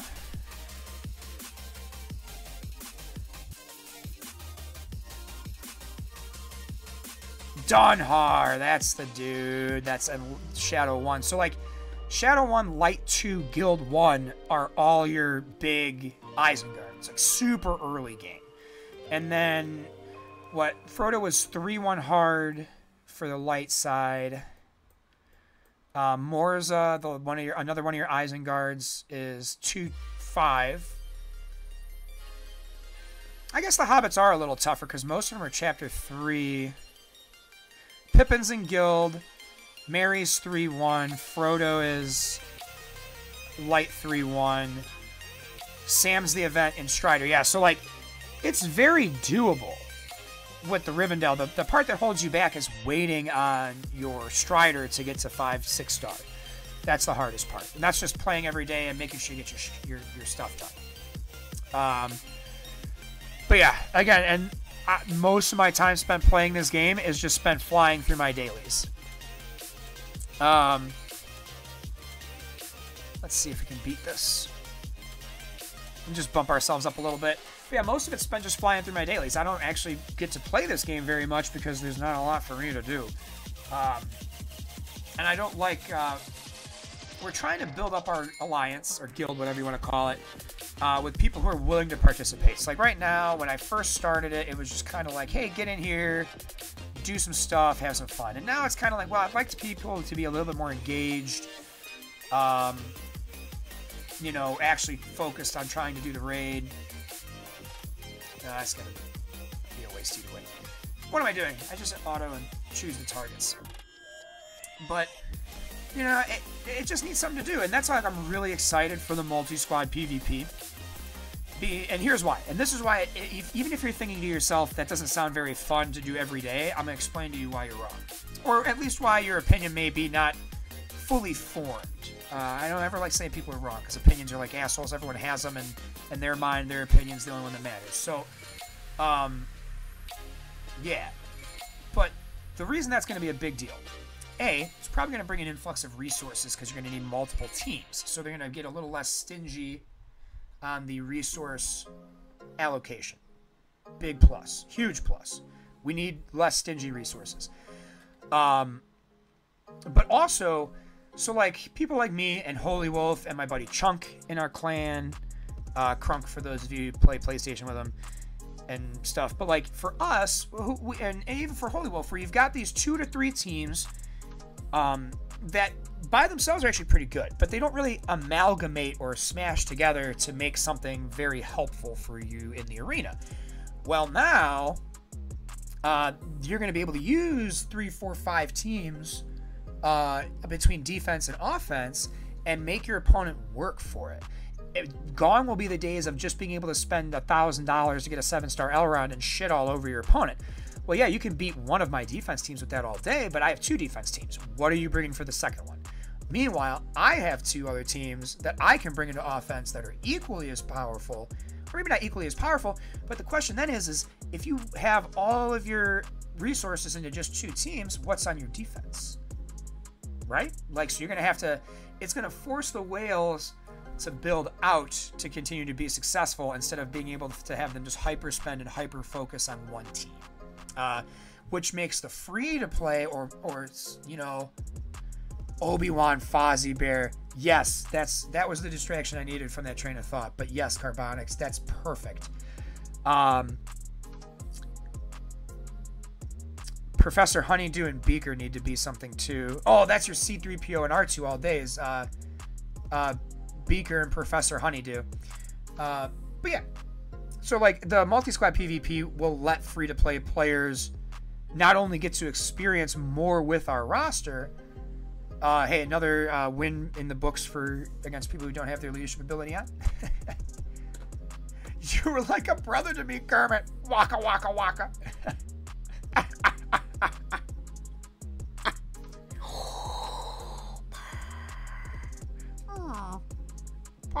I can't do a Kermit anymore. I used to be able to do a Kermit way back in the day. Well, Kermit the Frog thinks that the dark side is way stronger. That's not a good Kermit. It's not a good Kermit.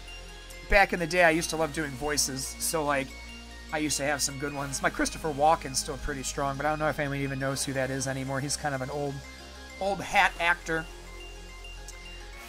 What do we still have left to do? Yeah, so I'm very excited for this game as far as like the multi-squad PvP. We gotta get Shadow, training gear. Okay.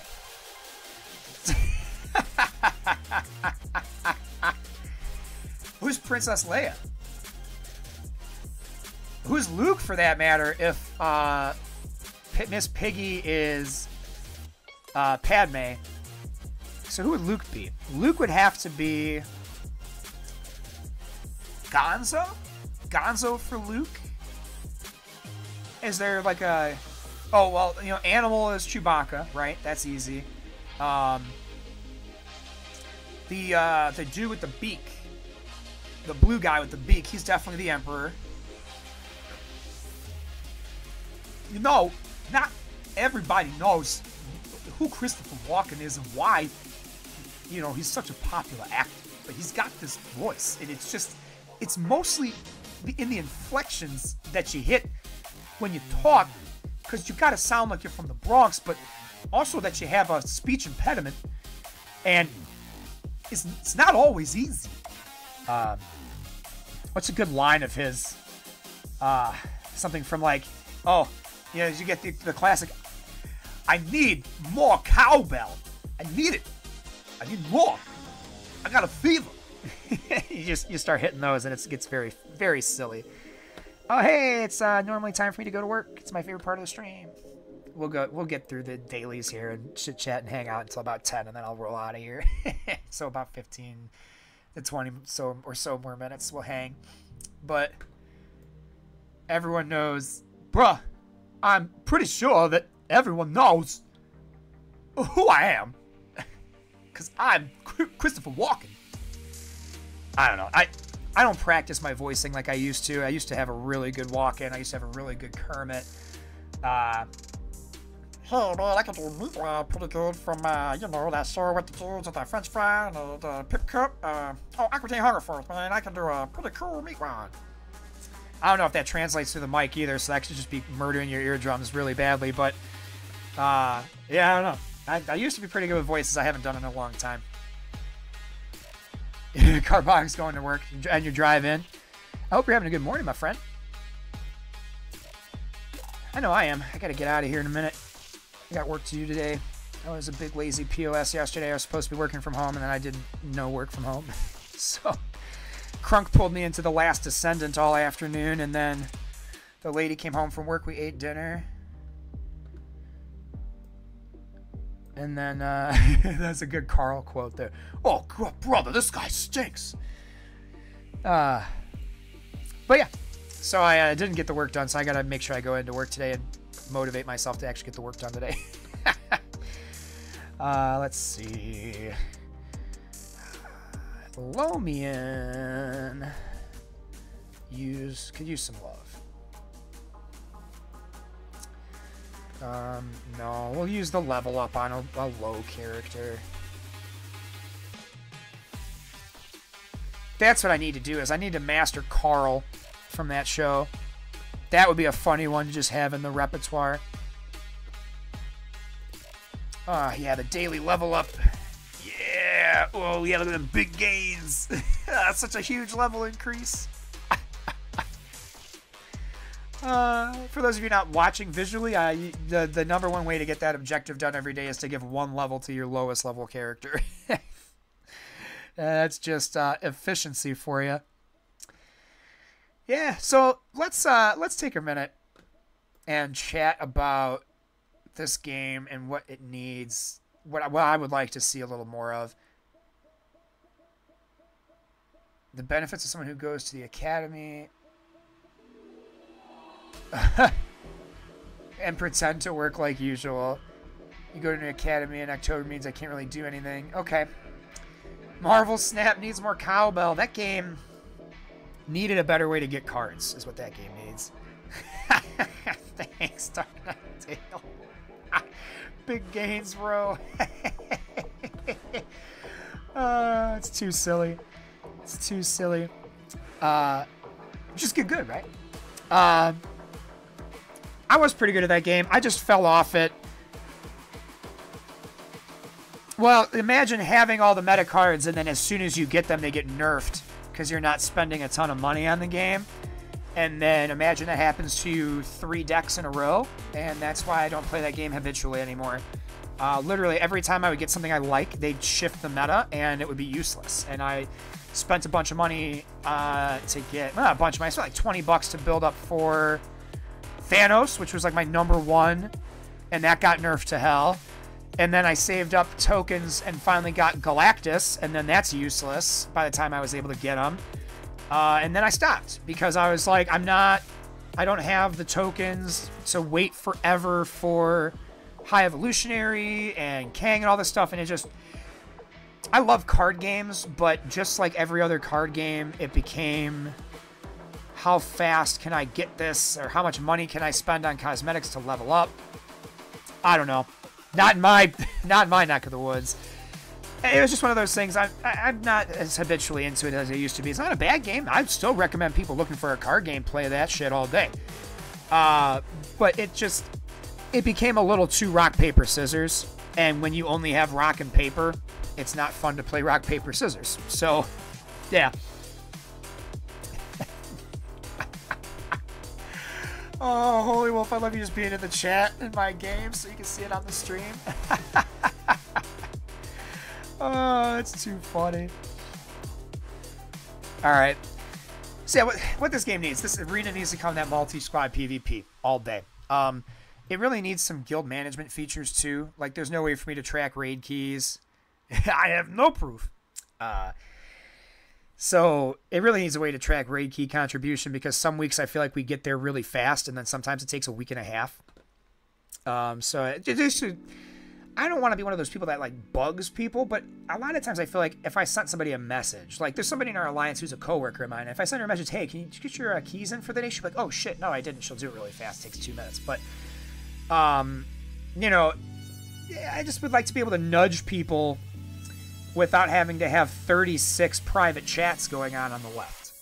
And I don't want to force people to join Discord either, because it's a niche thing.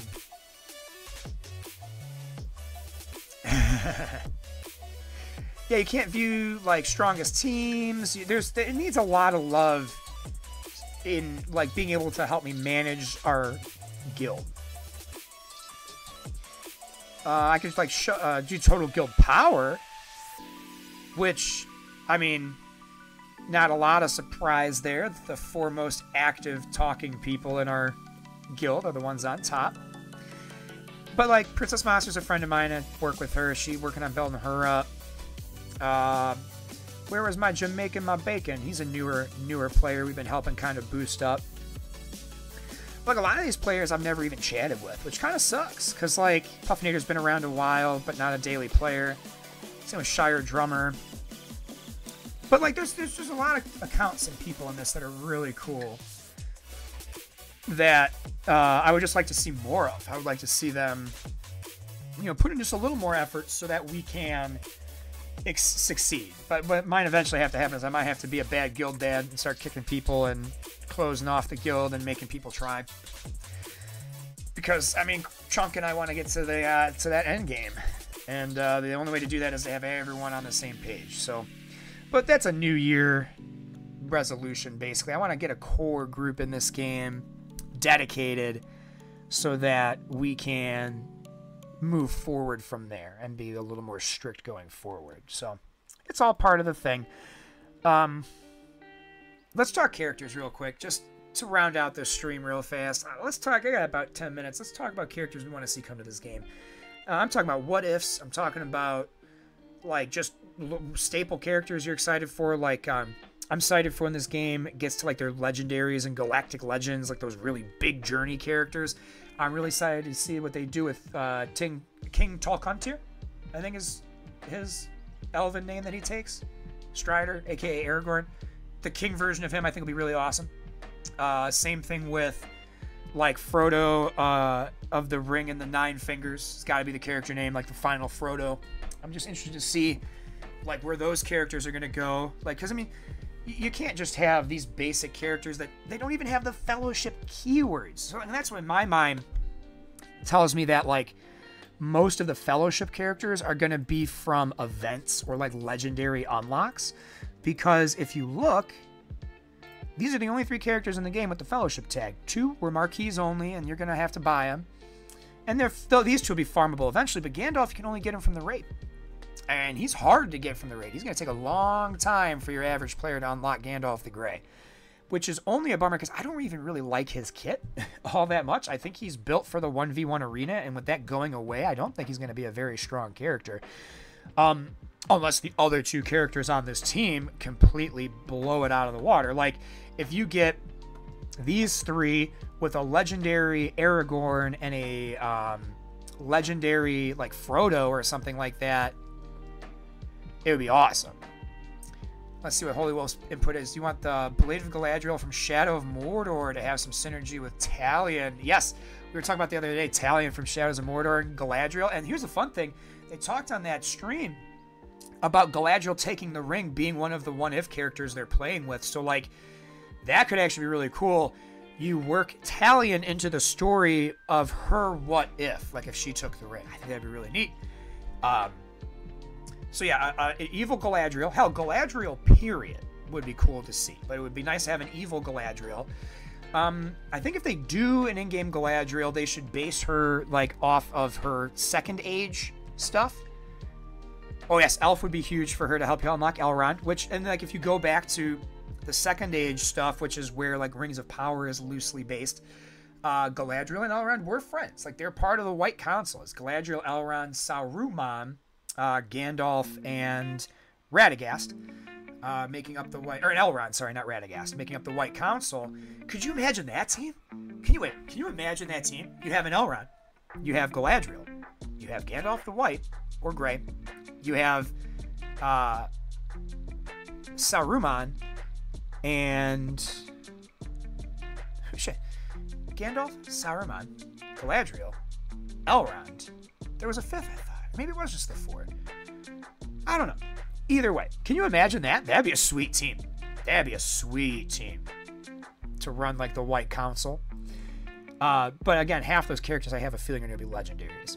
But you could do like a young Galadriel too from the Rings of Power show, like her Second Age when she's still like a general and a warrior more so than like a princess or queen, which is what she ends up being in basically by the time we meet her in Lorien.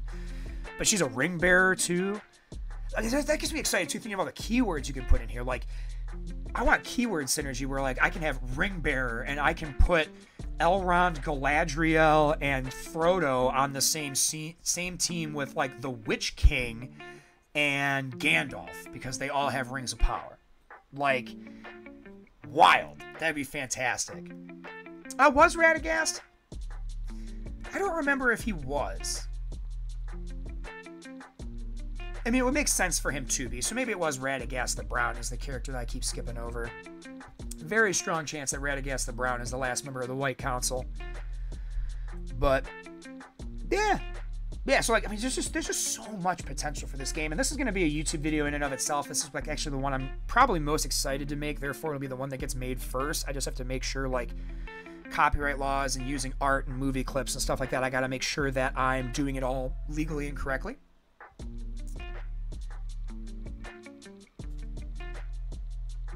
And when the dwarves escape Rivendell while Gandalf was in a meeting with the rest of the council. Yes. Yeah, when they leave. Yep. I'm going to have to go back and rewatch The Hobbits. Because the nice thing about that movie, they weren't the greatest movies as far as like in comparison to the Lord of the Rings when it came to keeping strictly to the lore. And I mean, Lord of the Rings trilogy had its issues too, but overall they did a really, really stellar job of sticking to the actual story. And The Hobbit has a lot of non-canon events in it. But the cool thing is just how alive that world is, and there's how much stuff there is to do, and how many great characters are there, and how like you can apply them to a game like this. Like, which is why I'm super shocked that more characters don't have the Fellowship. I mean, you have the whole Fellowship in the game, but only 3 of them have the keyword, and it seems like a missed opportunity. Like, I should be able to put Legolas, Gimli, Strider, Frodo, and Sam on a team and have it work, right? Have it have some synergy, but there's just nothing out there yet. So yeah, this will be, I think, the first YouTube video I do. Big, like, what-if stuff for the channel will be this, like, not in tutorial based, because it's just a fun area to speculate on, and we can talk a lot. Like, I probably have to narrow down a list of, like, what my top 10 canon Lord of the Ring characters that we're excited for coming to the game. That'll be a video, and then we'll do, like, our top 10 what-if characters. See if we can find some fan art that I can use for free. I gotta look into the legalities of all that, though. It comes again. This is why the YouTube channel isn't growing right now, because your boy wants to make sure he's got top quality, but he also wants to make sure he's doing everything right and not risking getting sued, because that would be bad. That'd be bad, okay? There was another set of people here that we could actually end up having a really interesting team based around, where are they? Well, Thorin's company is cool, and I guarantee you that Thorin Oakenshield will be a legendary, right? So we got Biffer, Feely, Killy. I'll probably get Bomber and Balin because those are like the biggest. No, Biffer, Boffer. Bomber was the one that was too fat to move by the end of the book, I think. So it'd be Biffer, Boffer, Feely, Killy, and Balin probably to unlock what's his face? Thorin, or maybe we just get Balin and it's 5 dwarves at 5 stars and you use Gimli in the 5th spot, or like Fro or somebody like that from the Iron Hills. But either way, I mean, like, you can kind of tell where they're building in this game with some of these teams. Like, what else? What's another fun one to look at and be like, there's speculation here. Misty Mountain, we can get Azog, because we already have Bolg, right? But the real king under the mountain before Bolg was his father, Azog, who started like a whole war with the dwarves. And it'd be really cool to have Azog as like the legendary that brings that team together. And then there's a really weird one in here, but they could have a fun legendary too. Where are they? What are they called again? I don't even remember. They are not Isengard, not Haradrim. Oh, Dunland. So this. Oh, Balin and Bilbo could be a good one too. Yeah, it's not bad at all. Other things that bother me: Gandalf the Grey not having Thorin's company in his tags. I mean, technically he wasn't part of the company, but he traveled with them for a hell of a long time and was there at the end, so you never know.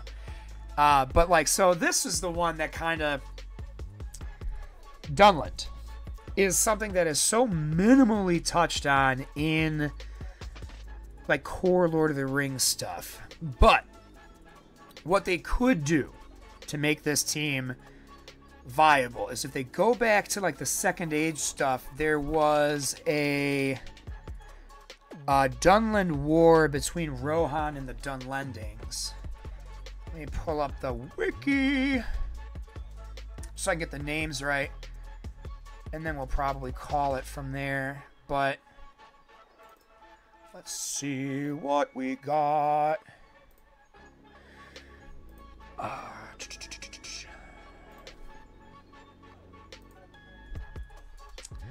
Let's see. Lord of the Rings, Dunlanding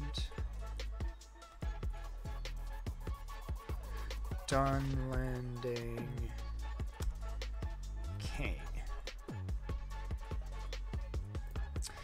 Alright, the one wiki to rule them all. That's probably one of the best names they could have used for that. Sources, window capture. Okay. So this is something interesting too, because like the Dunlendings in canon are just interesting. History. So yeah, some of them went north and ended up becoming like the Men of Bree. Eorl was the king. So like they're supposed to be making a movie about this whole war between Dunland and Rohan. And like Eorl, though young, would be a sweet Rohan character to have as a legendary. But Wolf, Lord Wolf, W-U-L-F, is the character we'd be looking for. Probably looks something like this guy. That'd be pretty dope, right? Like, pretty dope. I could dig it. So that's, I think, like when we really get into the Isengard faction and the Dunlendings and what makes them different. You know, Isengard's all orcs that were raised by Saruman, which will probably be the reason they're his unlock. Or you're going to use the Dunlendings, which he coerced to his favor to help him fight Rohan and the Men of the West, which could also be his unlock, which is what had scared me about really investing into Isengard in Lord of the Rings HoME up until very recently because of them just being the best free-to-play, you know, best free-to-play team. What do I need to do for Dex to make you love me again? So...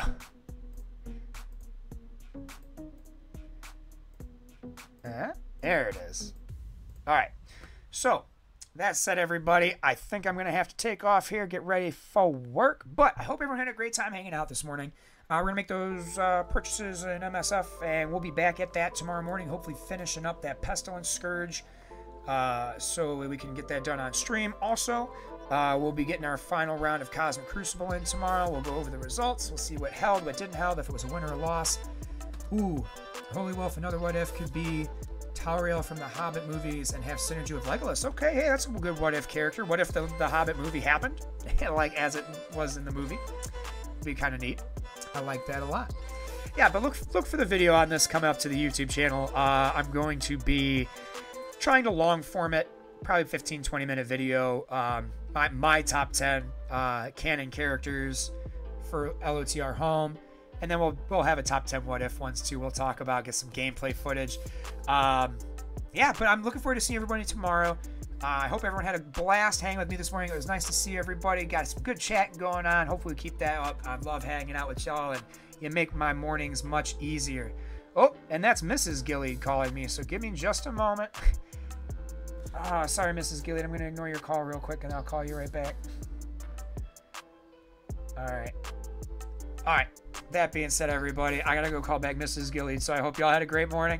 Thanks for kicking it and hanging out with me. We don't have a sign-off, so I'm just simply gonna say, hey, have a great rest of your day. Keep on gaming. Keep on playing what you have fun with, and we're gonna have some fun tomorrow. I'll see you tomorrow. Next time on the channel, friends. Take care.